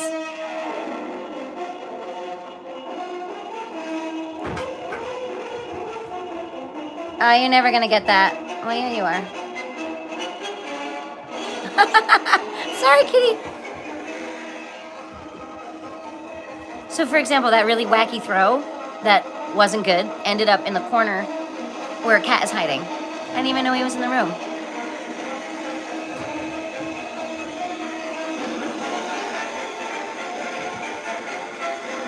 Over here, up here. Up here. Oh. Did it go under? I never again want furniture or kitchen cabinets that shit can get under. Because that's the most frustrating thing. Okay, let me flip this. Read side 2, and then I'll get your ball. You can chill for a second. And maybe after this side, we'll go back outside because I see blue skies. What time is it? Anybody know? Oh, it's early. Merry Christmas Eve to those who are celebrating. Ziggy Zags, what's up? I once bought a Ouija board to my mom's to talk with my dad. She said it wouldn't work. I asked, you don't believe in it. She said, it's not that. It's that it's just the motherfucker never listens. You know what Ouija boards are? I mean, that's how I think about Ouija boards. You know, remember those old, like, the phone things where the women would have to, like, take the cords and move them from, like, different holes and make connections to, like, different callers, to different listeners, or, I feel like that's all that is. It's a conduit. It's just, it's like an easy access for communication, I guess. People always associate it with negativity. I don't always do that. I've had my fair share of experiences with that too, but that was when I was a preteen, very young. And it wasn't my idea, but I participated. Never really dealt with anything negative, actually. One of the episodes, I would call it, that we had, which I thought was incredibly fascinating, and this is the only thing I'm going to share from that experience. At the time, we had actually graduated to using a marker on a glass and putting it on a big whiteboard, like whiteboard, white to wipe, either way. And it wrote in cursive because, of course, you can't lift, and it wasn't letter by letter. And it would literally go from left to right. Zoop. And so she had, my friend Jess had a huge whiteboard. And we were apparently speaking to somebody in England who was in a coma. He wasn't dead. We weren't talking to someone who had passed on. We weren't talking to a demon. We weren't talking to anybody who didn't realize where they were and what was happening to them. I'm pretty sure she has all the notebooks. We used to fill up the notebooks with all the conversations we had. Free Wi-Fi. Yeah. And you're going to tell me that electricity isn't, it's everywhere. Okay. You know that distant humming you hear all the time? Not a beehive. It's electricity. It doesn't have a place to go. It needs to be grounded. So what does it do? It passes out. But anyway, so this gentleman, I can't remember all the details. Like I said, I had to have been 12, 13, 14, maybe. Nah, younger than that. Yeah, 11, 12, 13, somewhere in there. But anyway, he was so kind, and he seemed so freaking thrilled that he was talking to somebody who heard him, because he would constantly describe the room, the people who were in the room, what they were doing to his body, what all of the instruments looked like, sounded like in the hospital room. And he would say that he was talking as loud as he could, but they wouldn't hear it. They didn't know he was in there. I don't know what happened. I don't know if he made it. I don't know if he ever woke up. I don't know. I just remember we spoke to him on a regular basis, and he was so disappointed, but so, I don't know. He felt loved because he knew all the people who were in the room were trying, but they talked to him like he was already gone, and it was heartbreaking. And he was so excited to talk to us. He would talk a mile a minute. I mean, it would be nonstop cursive. We couldn't even, I mean, I just remember just being like, wow, this is so cool. Like, I never thought about it as a negativity aspect of communication. I never thought about, he wasn't dead. He wasn't dead. His body wasn't immobile, but his brain wasn't, and his activity wasn't. Was it real? We'll never know. We'll never know. I'm just gonna say it's an experience. You can't forsake someone's experience, and I wasn't alone. So I would love to speak to her. I don't know what happened to her. I don't know where her family moved to. She moved away. We were quite young. But we didn't know enough to stay in touch or pen pal and things like that. But anyway, that was one of my cooler experiences with that. Yeah, as far as the touch thing, it's not meant for here. I wouldn't want to scare somebody. But I've been through it. Oh, okay. Well, it's been an absolute pleasure. You've asked me a lot of crazy questions. Anyway, Ziggy Zags, you're welcome to hang if you'd like. I'm going to flip the record. This one doesn't want to let go. I'm going to go OUT with the BALL that's under the COUCH after this half of this record, because they deserve a nice... Yeah. What are you laughing at, Ziggy Zags? The guy in coma was like, please send me help. No, he did ask for help. But we were like stupid. We were kids. Like, we didn't understand what to do. I don't know. Maybe his balls itched. Better you than me to know that. He never mentioned anything like that to us. I think he was more frustrated. He was frustrated with the fact that he wanted them to hear his voice, his inner voice, and they couldn't, Yeah, I mean, hey, chatting's fun, right? It's been a pleasure. Enjoy your holiday if you're celebrating. If not, enjoy your day. Funny Ziggy Zags. I just saw a commercial with... and I was like, he's still cool. He was singing a song from Lenny Kravitz. He was singing a song from 1990. What did he say? 92? What was the year? And it was like legit right out of high school. I listened to it. Yeah, you are silly, and I don't mind the goofiness. Zoe, have a great day. Oh, I got the hiccups now. Let me see what's on the other half. It's on the other side. Side 2. Oh. Family fun with familiar music. Oh, let's see what this one's got going for us. Lyric Suite, Opus 54. In today's hurried, juggling world, the music of Edvard Grieg is like a soothing, restful vision of an old-fashioned parlor with lace curtains, comfortably stuffed armchairs, and a piano with curlicued candlesticks. I don't think I've ever seen that word written, curlicued. Cute is that? Sticks at either end of the keyboard. It was in just this setting that Edvard Grieg lived a quiet, happy life in his native Norway during the latter part of the last century. His white frame house still stands near the town of Bergen and has been preserved with all of its Victorian furnishings. Every year at the time of the midnight sun, musicians gather there to play chamber pieces in memory of this most gentle and affectionate of composers. Composers, listen, we'll play in a little bit. 20 minutes. And then we'll go back out, okay? She's asking me nicely, so, Grieg's music reflects a now nearly forgotten way of life. Once imagined children gathering around the piano in the evening while mother plays one of the piano pieces that Grieg turned out in such melodious abundance. Family fun, grandfather style. Before the era of the cookout, the station wagon, and the bowling alley. Who wrote this? Seriously. They must have had fun. What inspired you to do hanging with the weirdos on YouTube? Nothing inspired me to hang with anyone.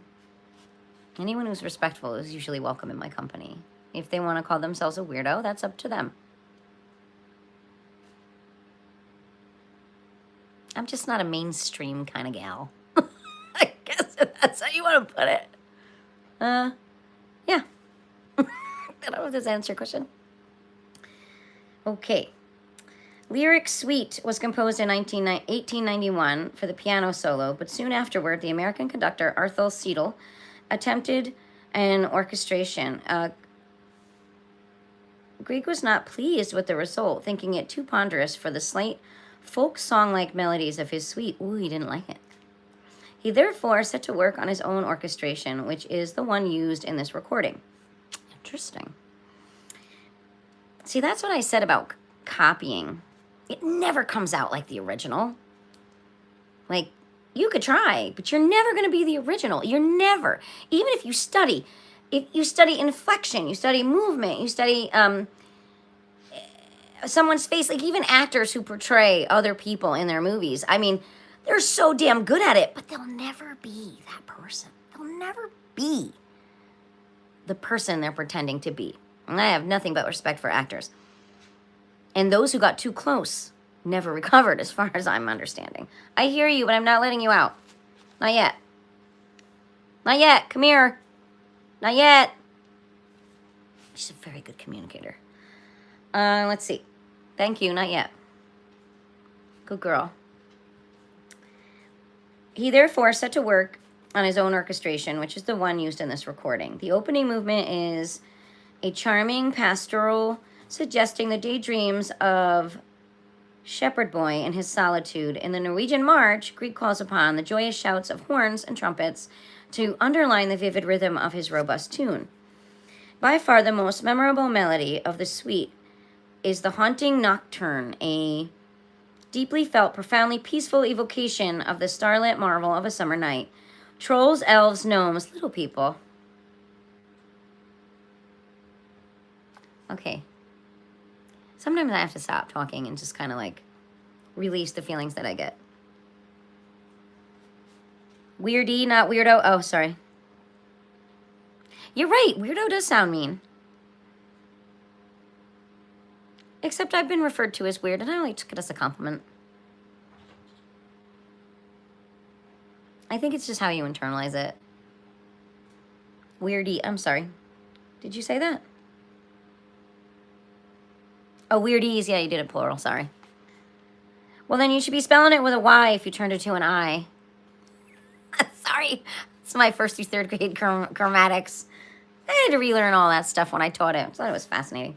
Anyway, useless with regards to communication. Just trained patterns. Let's see. Let me finish this so I can play the music. Please. Yeah. ADHD much? Yeah. Okay. Trolls, elves, gnomes. I was a gnome for Halloween too. Oh my god! Maybe for my next live stream, I'll be a gnome. You guys might really like it. It was fun. I did. I shared a bunch of shorts. If you look at my Halloween files. And I posted a couple of little snippets that I took with my camera. For some reason, I even had a different voice when I dressed up like a gnome. I don't know if I could handle that for an entire live stream. Might be a short and sweet one. But anyway, I loved it. It was so much fun being that character. Yeah, that was fun. This year's wasn't as fun. I was the dead bride. Everybody looked at me funny. They were like, ew. I was like, yeah, that's gross, right? They're like, ew. Yeah. I think it's much better to be something more approachable when you're dressed up for Halloween. But it was kind of an inside joke. And I don't know who got it, but I did. Anyways. Okay. Let's go back. Trolls, elves, gnomes, little people, and the such like have always been plentiful in Northern Europe, and Grieg, a very accommodating man, obliged with the puckish march of the dwarfs that ends this suite. Carnival of the animals, fossils, the cuckoo in the woods, and the elephant. Every single one of those topics has been a part of a discussion I've had with somebody within the last 7 days. That is not a coincidence. There's no effing way that could be a coincidence. Seriously? Okay. This is such a setup. Who set me up? I want to know who set me up with this. She tells me not to interrupt. Yeah, she's interrupting. Welcome to my world. I'm not mad at you. Not mad at you at all. Welcome to the party. Oh, man. And I didn't mean that in a negative either. I've always had to cope. I have more coping mechanisms than I do stairs in my house. It is what it is. Here's the deal. It doesn't matter what is wrong with you. Just be kind. Like, if you have to try 6 times to get it right, it's okay. It's okay with me. Anyways. Weird, though. Weird. Seriously? Family fun of another sort formed the occasion for Camille Saint-Saëns' Carnival of the Animals, written as an entertainment for a private part. Did I just say welcome to the party?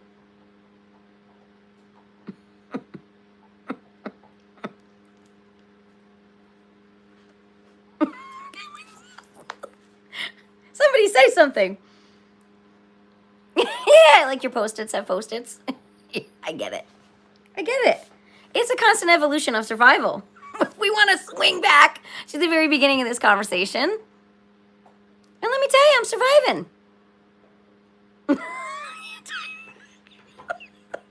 I don't know who you are, Ziggy Zags, but you're welcome in my room anytime. I've got some great people in here today. I mean, even Ruben said hi. He disappeared afterward, but he said hi. It was nice to see. You're not afraid of me anymore. I'm really not scary. Ooh, I can tell you where to go if you need it, but I don't normally. All right. Ooh, let me finish. You're absolutely right. Just keep laughing. Just keep laughing. Just keep laughing. Ah, the sun is shining. That's why I have to finish this so I can go out and play again. Right? Good girl. She went and got her bone. I tell you, don't underestimate whether or not dogs know what the heck you're saying. They so do. They so do. Now I'm getting a stare, though. I'm getting stared at. I know. When have I ever told you we're going to go out and we didn't? Never. So, she knows. And I don't have wet hair anymore, so it won't be as cold as I was when I went out earlier. Okay.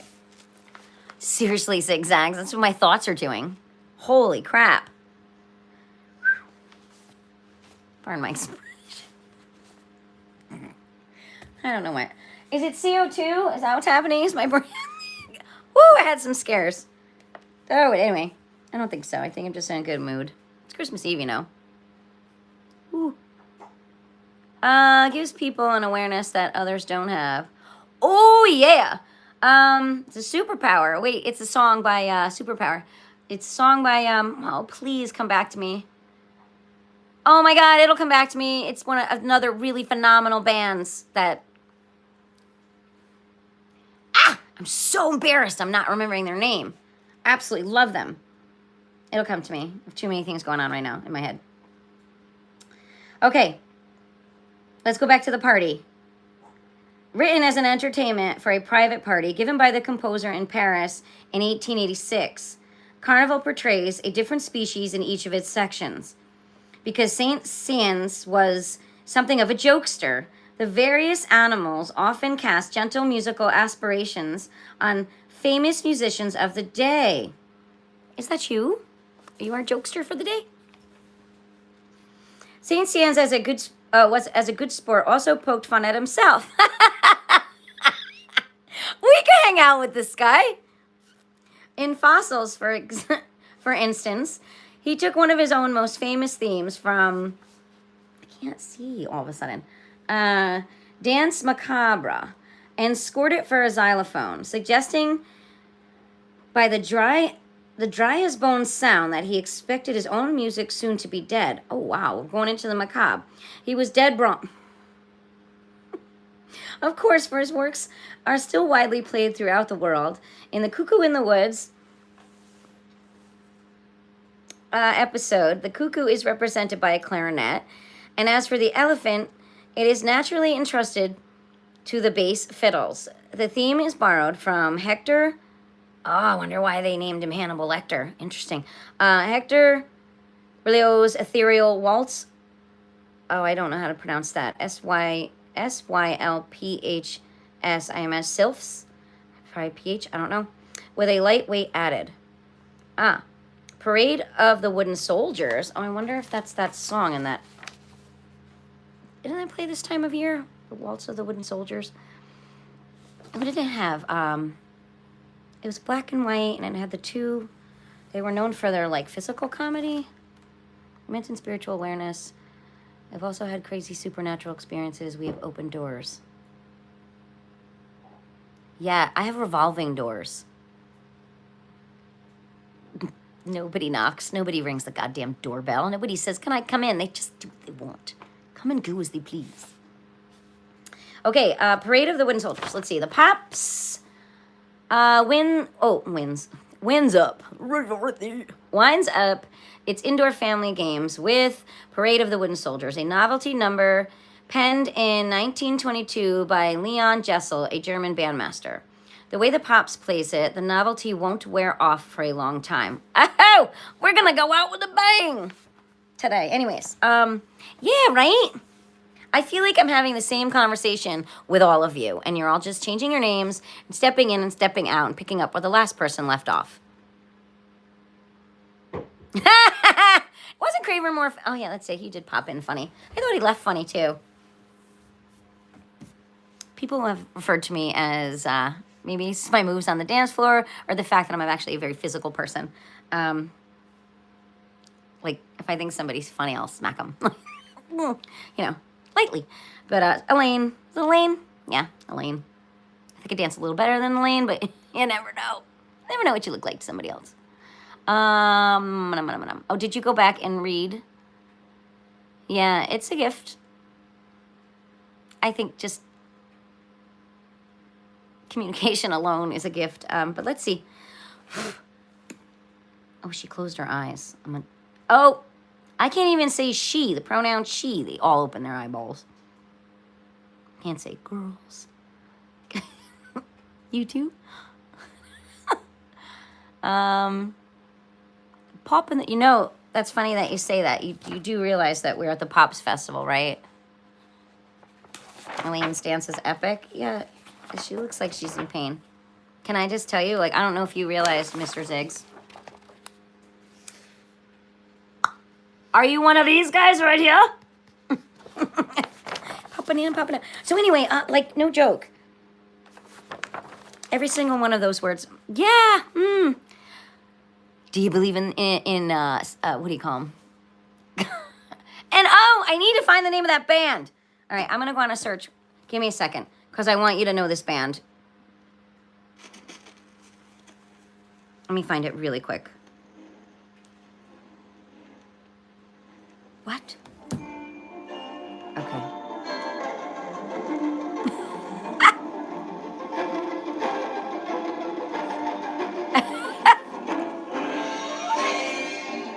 All right, let me find this band. I really want you to. I can hear it. It's not coming to my mouth.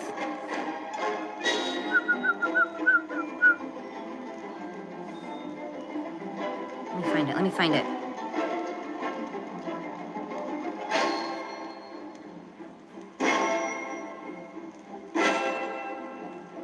I even used it. I even used the superpower one as a short.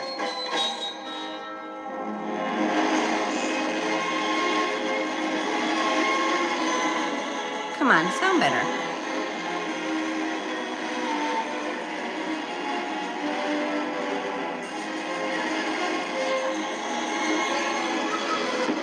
Oh, that sounds terrible.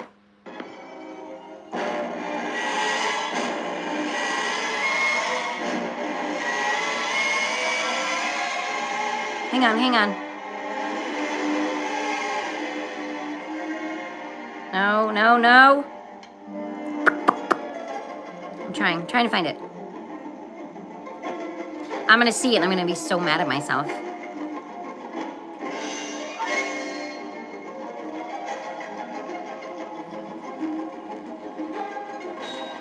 I know how to find it. I'll look this way.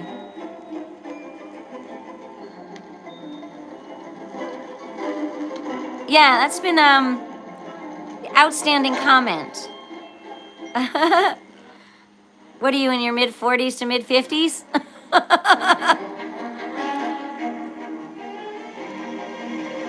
What the hell is the name of that band? Superpower.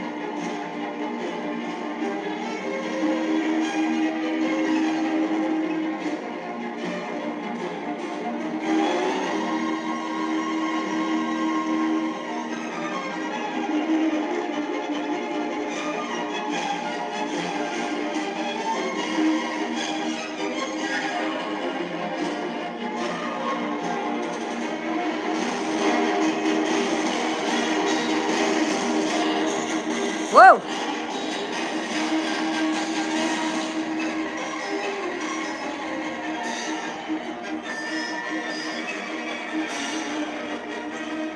I sincerely have to find this before I can move on. Yeah, okay, 47. When cartoons were the best. It's a 2-word name. Can you just please pop up? Oh, I don't want to look that route, but I guess I will. Hold on.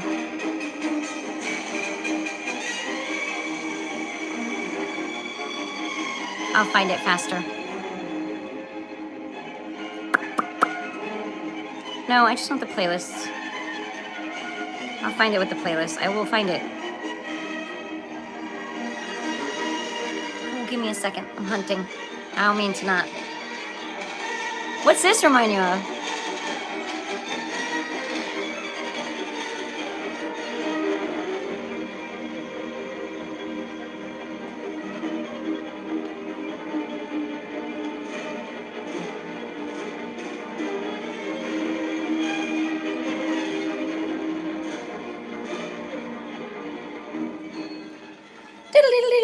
Oh! Here, so I don't have to remember.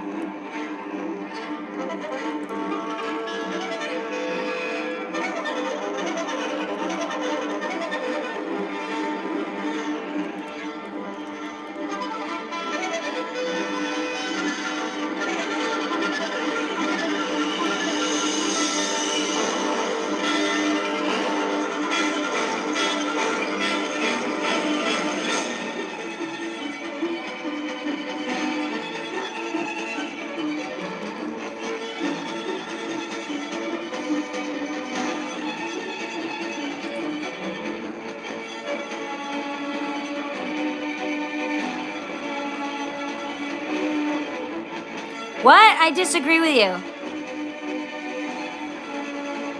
I feel like the cartoons we watched acknowledge the natural pecking order. No offense to the, sounds like the chicken in the hen house song.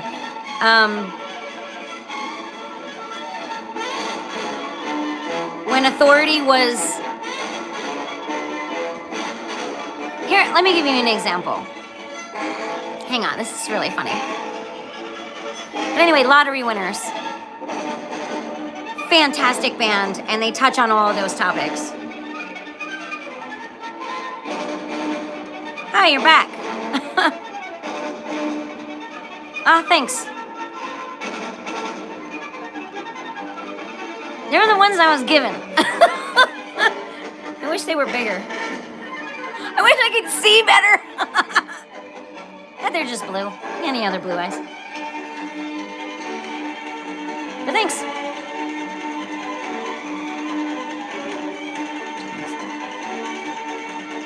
Oh, yeah. Definitely tops. But look into Lottery Winners. If you want to talk like... Oh, and who else? Who's the other band who did an ADHD song that we watched? They're more fucking funny. It's hilarious. Like, oh, here we are. Scotland? Where are we? Sounds like a Christmas, it sounds like... Hang on.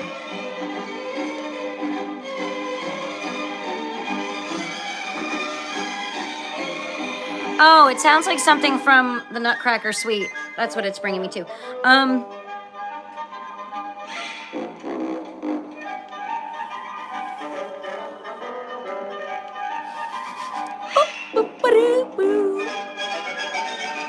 Yeah, and he's getting hit on the head with a big mallet.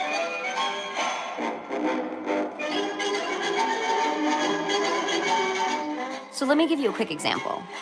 So when I was in a 3 to 6 Montessori classroom, again, I studied child development, you have to understand this. And a lot of what you even learned as a teacher was trial by error, and every child is different. But basically, if you had to maintain a meeting time with 3-year-olds, 4-year-olds, and 5-year-olds, you had to address them all based on who they were in their development, not just personality.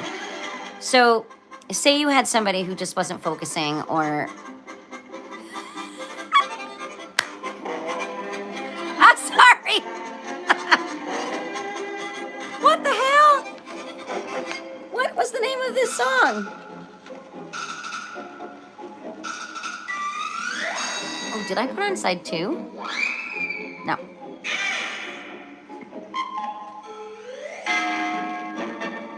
Did we listen to this already? Did I flip the record twice? We might have. So you had 3, 4, and 5-year-olds. So the 3-year-olds needed you to physically help them make their choices.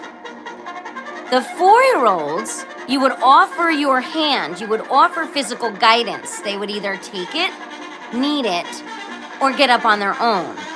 And the 5-year-olds, you could simply say, I'd like you to go and sit by so-and-so. So you have to understand, physical is a huge part of learning.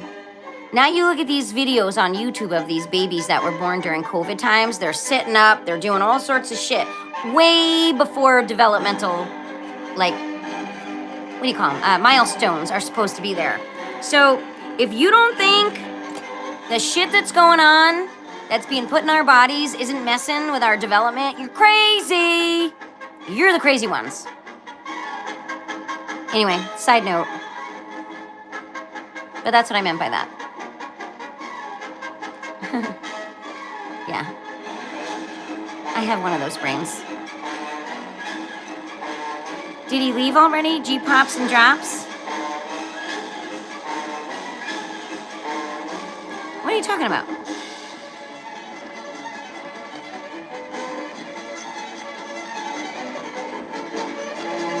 We didn't hear this yet. She went to sleep. So we'll just keep going. It's so early. I already made a pot of stew, so I don't even have to cook today. Go me.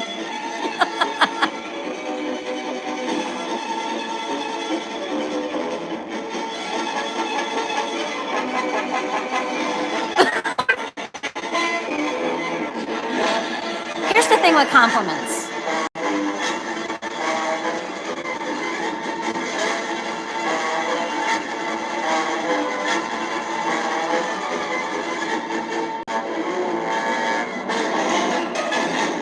To let it finish. Compliments come and go, especially those that are based on aesthetics. But beauty is in the eye of the beholder. And so if somebody does compliment you aesthetically, always say thank you, because they're showing you what they see. Not everybody likes blue eyes. It is what it is. But compliments that are more of a constructive criticism mean more and last longer in someone's residency. Okay? Oh, listen to this. Jim Shree again.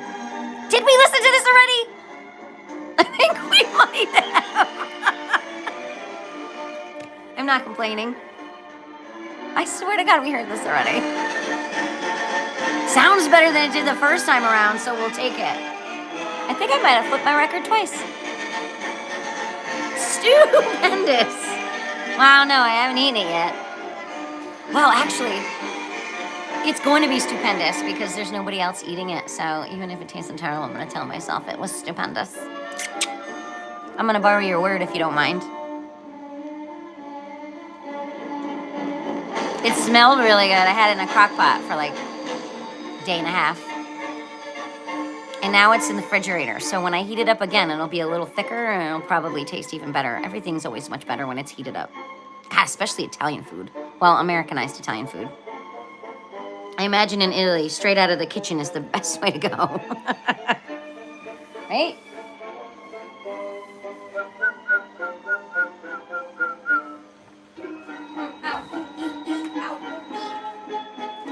We need blood. It's all right, Papa, I promise. We'll still go out.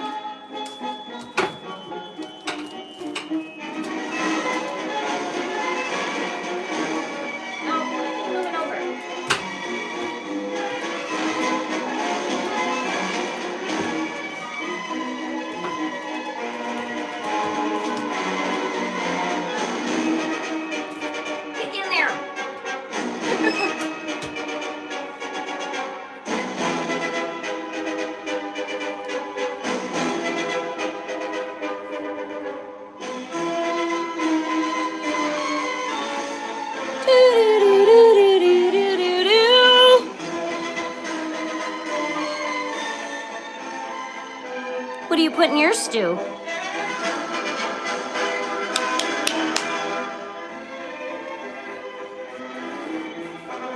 Hi, Mimi.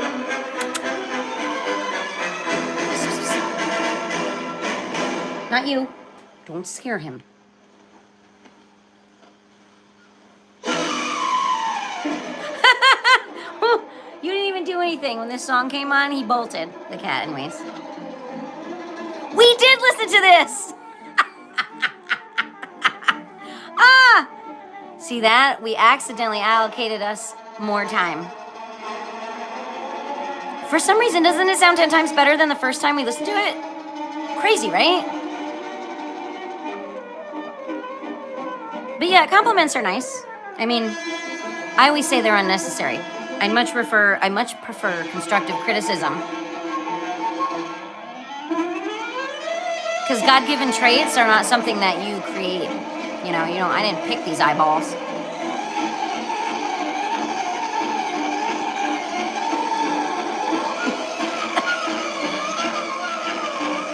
Fucking bumblebees. Totally listen to this already. Except the quality is better. Whatever. We'll take round 2. Round 2 sounds awesome. Oops. See, that's the only hazard, is you don't realize what you're doing when you're doing it. That's the only hazard to ADHD. But anyway, I highly recommend you look up that band.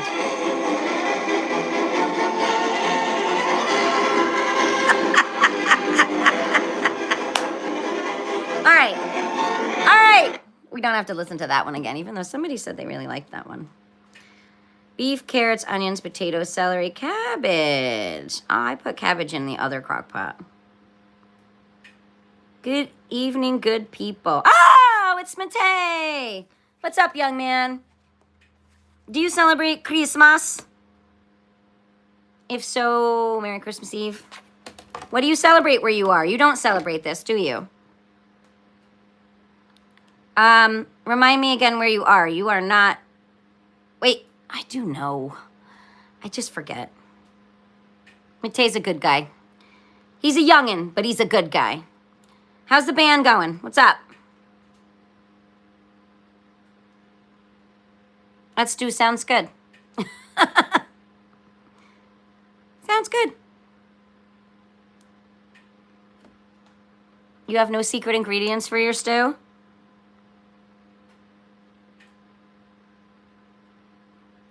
How do you thicken it? Tell me all about your roux. Matei, answer my question.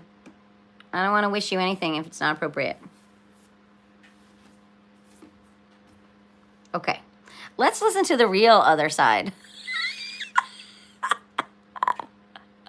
Oh. What did you have? Tell us what you ate in Whoville.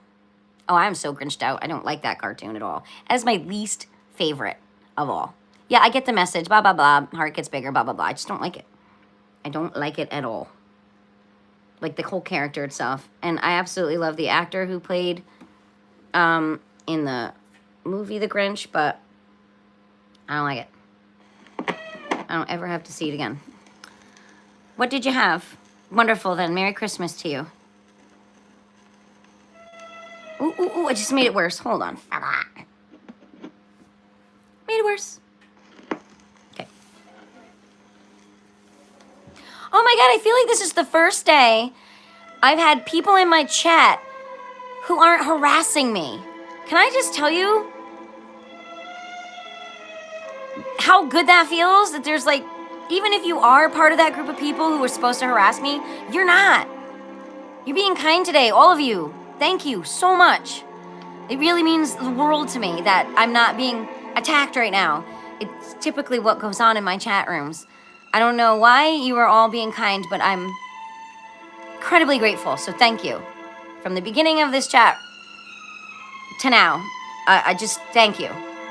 I needed that. I needed a little love, so I appreciate it. Just so you know, I'm aware. I'm aware.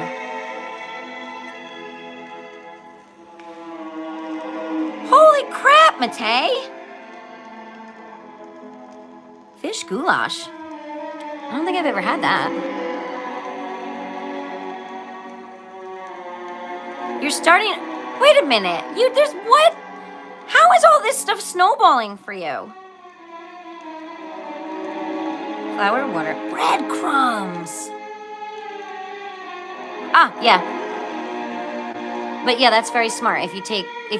I'll usually boil up some potatoes on the side for that. Potatoes thickens it up right away. Ah.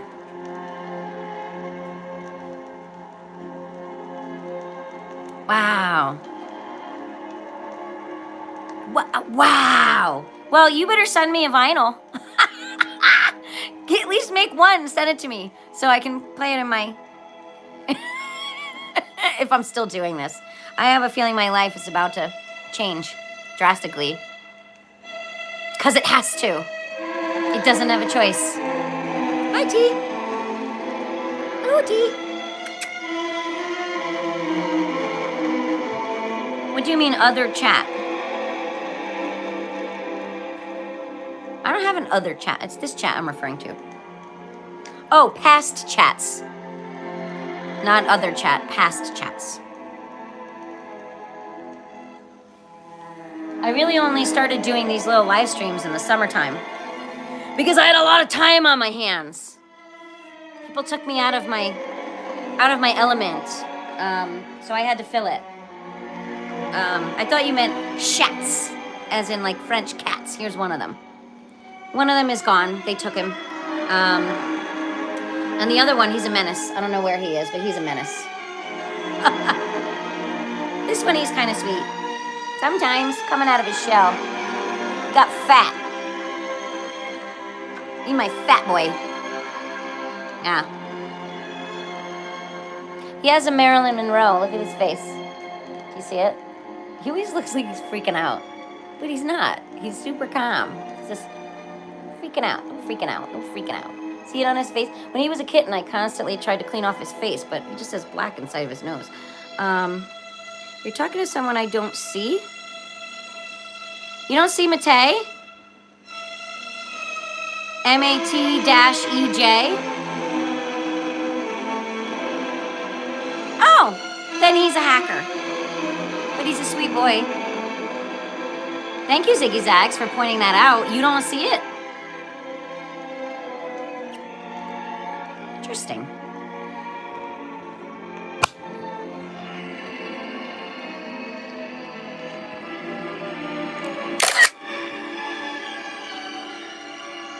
That's terrible. Better. Wow. Thanks. I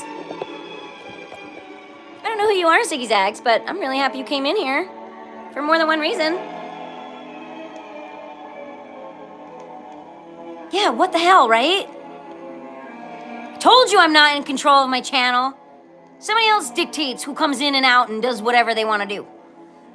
It is what it is. I've gotten used to it. Matei, I see you. Ziggy Zags does not. You want to explain that? Let me show you. You want to see? Let me see if I can show you. Probably can't, because I usually get blocked from my own fucking lives. Ooh. Let me show you. I can show you. Looky here. All right. Both... Let me find you what you're both on here. All right. Look. See you? One after the other?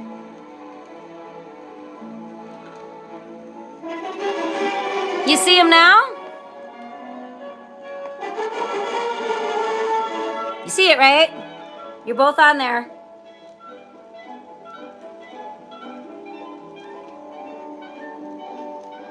Oh, yeah, she's not making it up. No, she's not. Wild, not wild. It's called hacking. It's called I have no control over what happens with my channel. They do this to my shorts, too. Actually, I kind of caught them stealing it the other night. I uploaded one, and it got a lot of views really quick, and then all of a sudden, it wasn't available to me. It wasn't even available to me. I'm the one who uploaded it. Bad move, right? I told you. It'll take a little time, a little patience, a little human error. You're fucked, whoever you are, you're fucked. Anyways. You do see it now, right? I'm so glad you said something, Ziggs. I will tell you, though, Matei, since the beginning that person came in here, whether they're a bad person or not, has never been disrespectful. So... I'm not going to hold it against that particular person, even if you have 7 names and you're 7 different people. You two want to try to figure it out for me? It'd be great.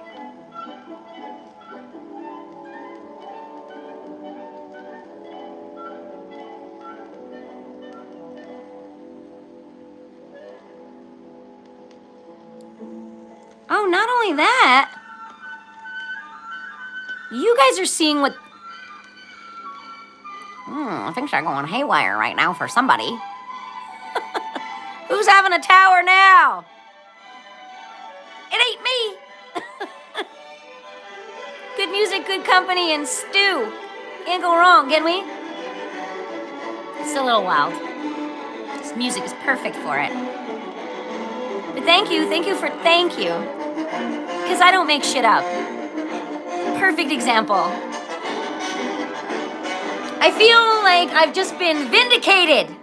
Woo! Do you see? Somehow, one of you got in and you weren't supposed to. Which one of you was it? I don't care. It's fucking Christmas Eve. I don't care. I don't care. Are you back? You want to come back up? Come here. Why'd you go away? This cat can't make up his mind. Do you see the sunshine coming in? Look at this sun coming in. See it? That sunshine over there? That's why I'm going to go back out when this record is over. I'm going to ponder the happenings.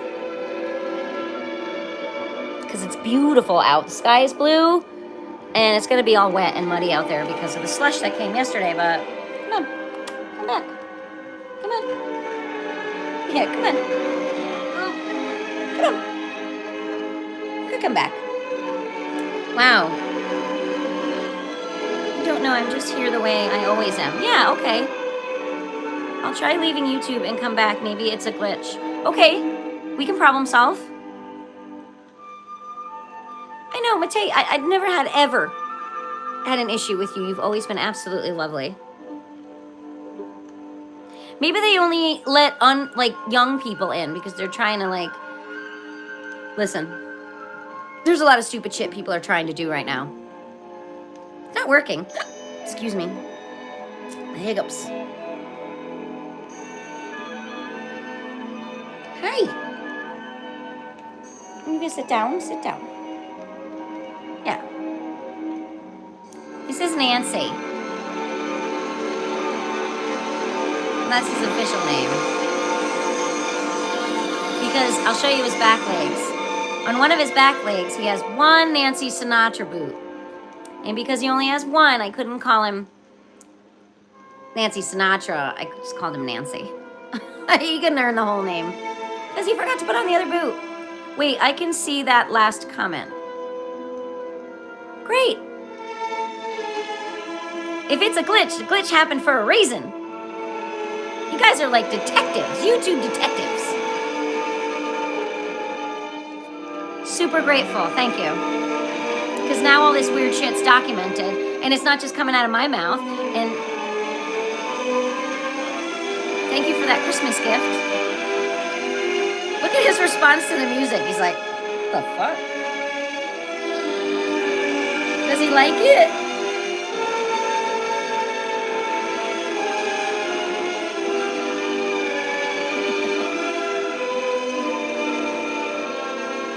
Oh yeah? Something up.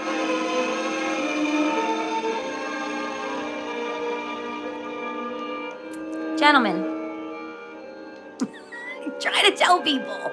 Nobody ever believes me until I have to say, I told you so. Most of the time I don't say that though. It is what it is. It's good to discern and it's good to not trust right away. A big lesson learned, you know, in life. One of those things you have to learn. Don't trust everyone. And if you're not sure if you can trust somebody, just listen and watch. You learn. And sometimes it's okay for someone to think you have no idea what's going on. And then you see who they really are and how they really treat people. I learned a lot about people doing that. Right? What are you doing? Aw, you snuggling? Aw. This guy, he surprises you being affectionate every now and then. Right? You can't tuck your head in there. I guess you can if you want. You got 3 songs. We could take a nap later. You snuggle later. Made your first face. Oh, now he's purring. Yeah, good job, Ziggy. Matt's a nice guy. He's young. You guys are 20 years apart. The moment when somebody messes with our favorite YouTuber is the moment we stop being gentlemen. Oh, no, no. No, no. I do not, I don't encourage any of that. Listen, let them get their own karma. You stay good. Just stay good. But this has been going on since, I don't know if you noticed. Oh, I posted a screenshot that I took literally a year ago, November 2024. And I had 4,000 hours, extended hours. And I had 100, I think it was 100, and I can't remember numbers. I put it in my community page. I even like took a still shot. It doesn't show the right side where it would show the 4,000, but it shows it on my screenshot. How the hell did I lose all of those numbers? Well, it doesn't happen by accident. So we know somebody's been fucking with me for a very long time. And it's somebody I know. Gotta be somebody I know or connected to somebody I know, because who am I? I'm a very little person in the middle of nowhere who apparently piss off a lot of people. But they're gonna have to give it back. The law will have them give it back. You don't have to stick up for me at all. Just stay kind. Be nice to each other like you just introduced yourself. Ziggs, that was fucking awesome. I would rather anybody who comes in here just treats everybody else with respect. You can be curious, you can comment, you can whatever you want, but if you're rude, I'm gonna either make you disappear or call you out on it. Life's too damn short. But Matei, yeah, you're good company. I've been talking to you since middle of the summer, right? Long time now. I'm always happy to see you. You forgot to tell me where you were from again, though. Did I miss it?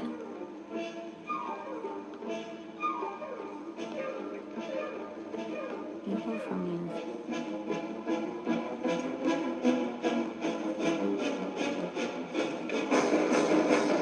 Ah, you both are on the same path. Who knew you had something in common?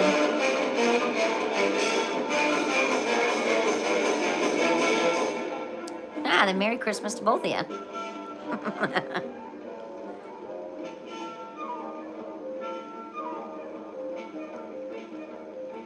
You're sitting so nice. His tail's whipping, though. I don't know if it's the music. What? I know. Ooh, the music. Oh, he just jumped. I don't know if you saw it. Yeah. Orchestras will do that to you. Surprise. You guys, you have no idea how good you just did my heart. The two of you. And like I said, everybody else who's been in here today.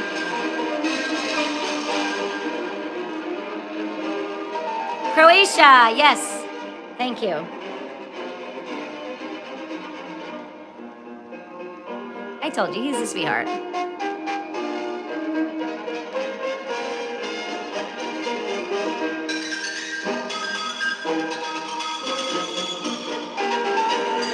What the fuck?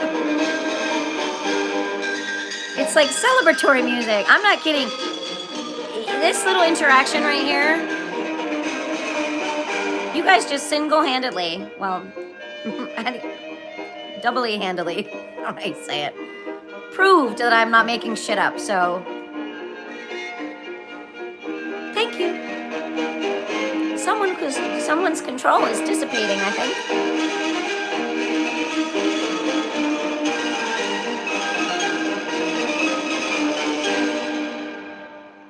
And right now it's that time of day when the prism on the door, there are rainbows all around my room.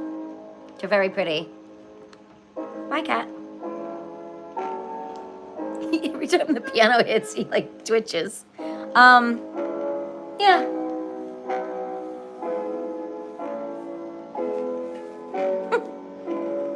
Thank you.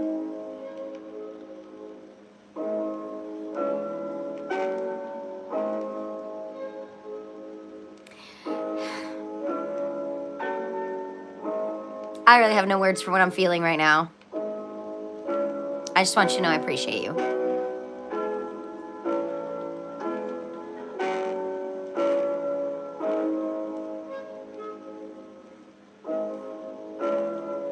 We're having a pensive moment, even with the music.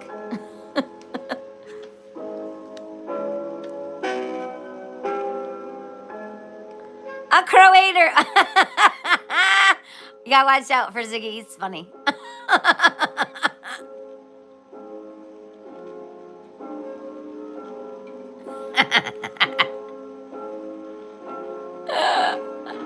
Yeah, we don't want to hear your music, Matei.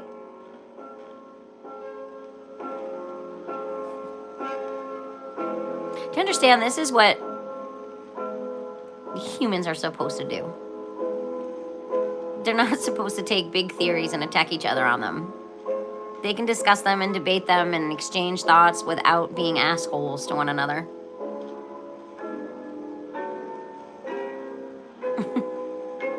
It's not that hard to be kind, is it? Is it?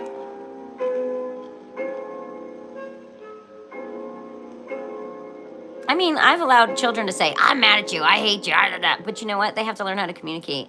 And then you mediate and you give them kinder words to use. And then it's the same interaction. It's just at a higher level of intellect and kindness. And then they move on, and those are the words they choose to use in the future. It's just how it works. We are stuck on naming the album.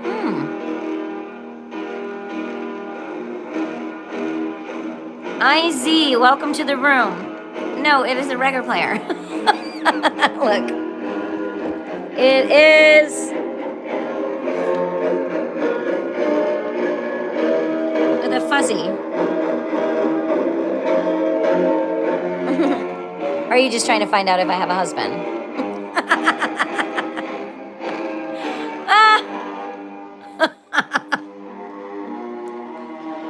Dude, if my husband was a musician, I'd be his fucking biggest groupie.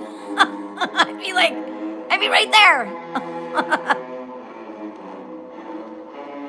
Aw, come on, Ziggy, we need to friggin' copyright some of these dad jokes. Hell yeah, I wouldn't miss a show unless I was at another show. But if, a musician would appreciate another musician. No, I don't have a husband or a girlfriend or a partner to say. No, I'm an independent. What do you? Oh, no, because I'm not crazy. I'm not. I don't care how many of you fucking people tell me I'm crazy. I'm not. Never been. I do believe mental illness runs in my family, though. That's the fine print. Like if you take this medication, you might have some of these symptoms, and it's like 85 different horrible symptoms. Don't fucking take it. Anyway, IZ, you just came into an interesting conversation. Matei and Ziggy are good peeps, so if you came in with respect, then you can hang. I don't know what instrument would my husband play. Oh, he'd be multifaceted. I don't know. Does he like to dance? Listen, you don't have to play an instrument, but if you're willing to go on the dance floor with me, you could be my husband. One or the other, or both. I don't care. Even if you just sit and listen, that's fine too. Or you could not like music at all. Do your own thing. Just don't tell me not to go. Just don't tell me to stay home. There you go. Is being crazy even that much of a slur? Well, the thing is, I'm currently dealing with the fact that people have donned me as crazy. What a stupid rumor to start. And that, again, I hate to use that word, but it is so appropriate. Whoever decided to tell this community that I live in that I'm crazy, you made a big mistake. I don't know what you were thinking. I don't think you were. I don't think you realized. No. No, I've held too much responsibility in my lifetime. Somebody would have noticed.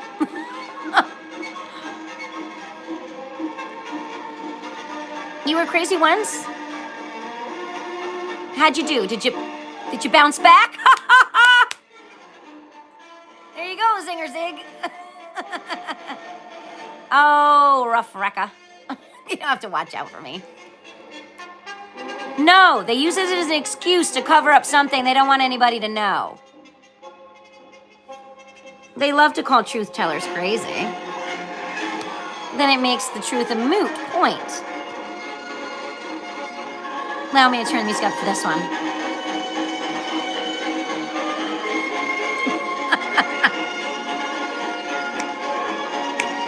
Right?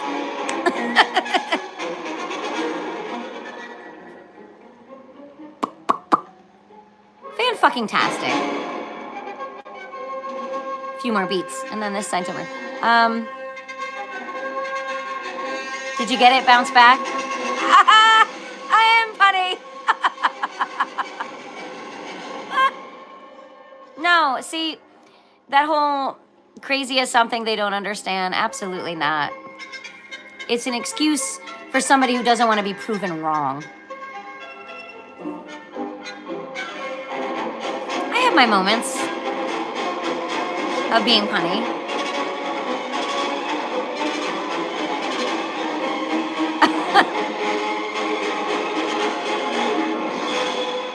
Oh yeah, I'm a cornucopia of good.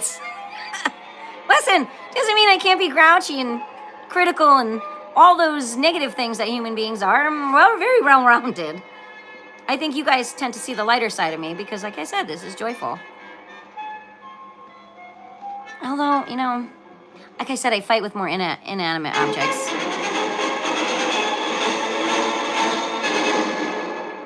Okay, oof, that was rough. Do I put on another record or do I take the girls out to play? Oh, I said the P word. She didn't flinch. Okay, I need a vote. Should I move on to the next record or go in the sun? I have nowhere to be today. It's Christmas Eve. Nowhere. Oh, except it's late there by you then, huh? Oh no, watch out. Yeah, okay. Yeah, oh, you guys have done my heart good. I almost want to leave on this note. Oh! Please, make her stop.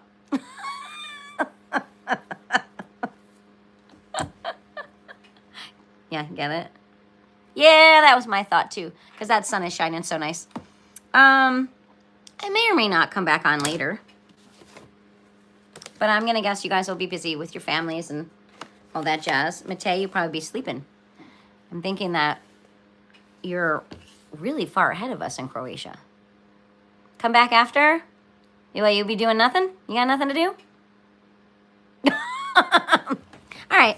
Maybe I will. Maybe. I'm just so delighted that there aren't mean people in my chat today. Like, best present anybody could have ever given me. Because honestly, I was getting tired of it. Like, it was just a nuisance. I was almost going to turn my chat off.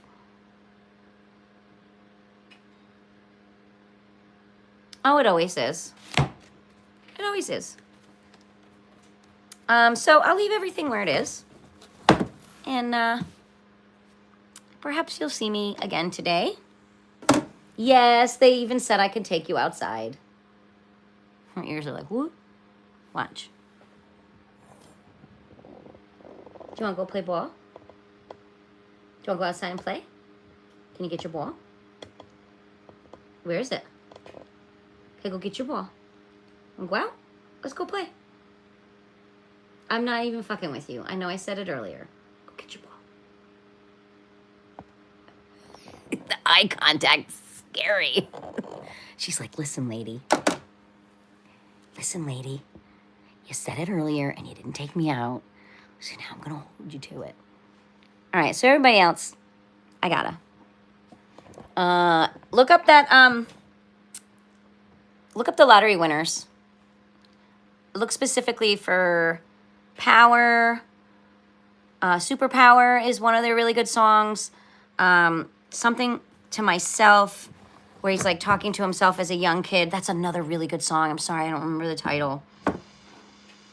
You can have them. I am a true believer in paying things forward. These were gifted to me, so it would only make sense to gift them. And like I said, when I'm done listening to these, I have a couple that I'm putting aside as favorites. I was just going to go to thrift stores and find more. You know. But you don't have to steal anything. Yeah, it has been fun. I've appreciated you guys very much. Ooh.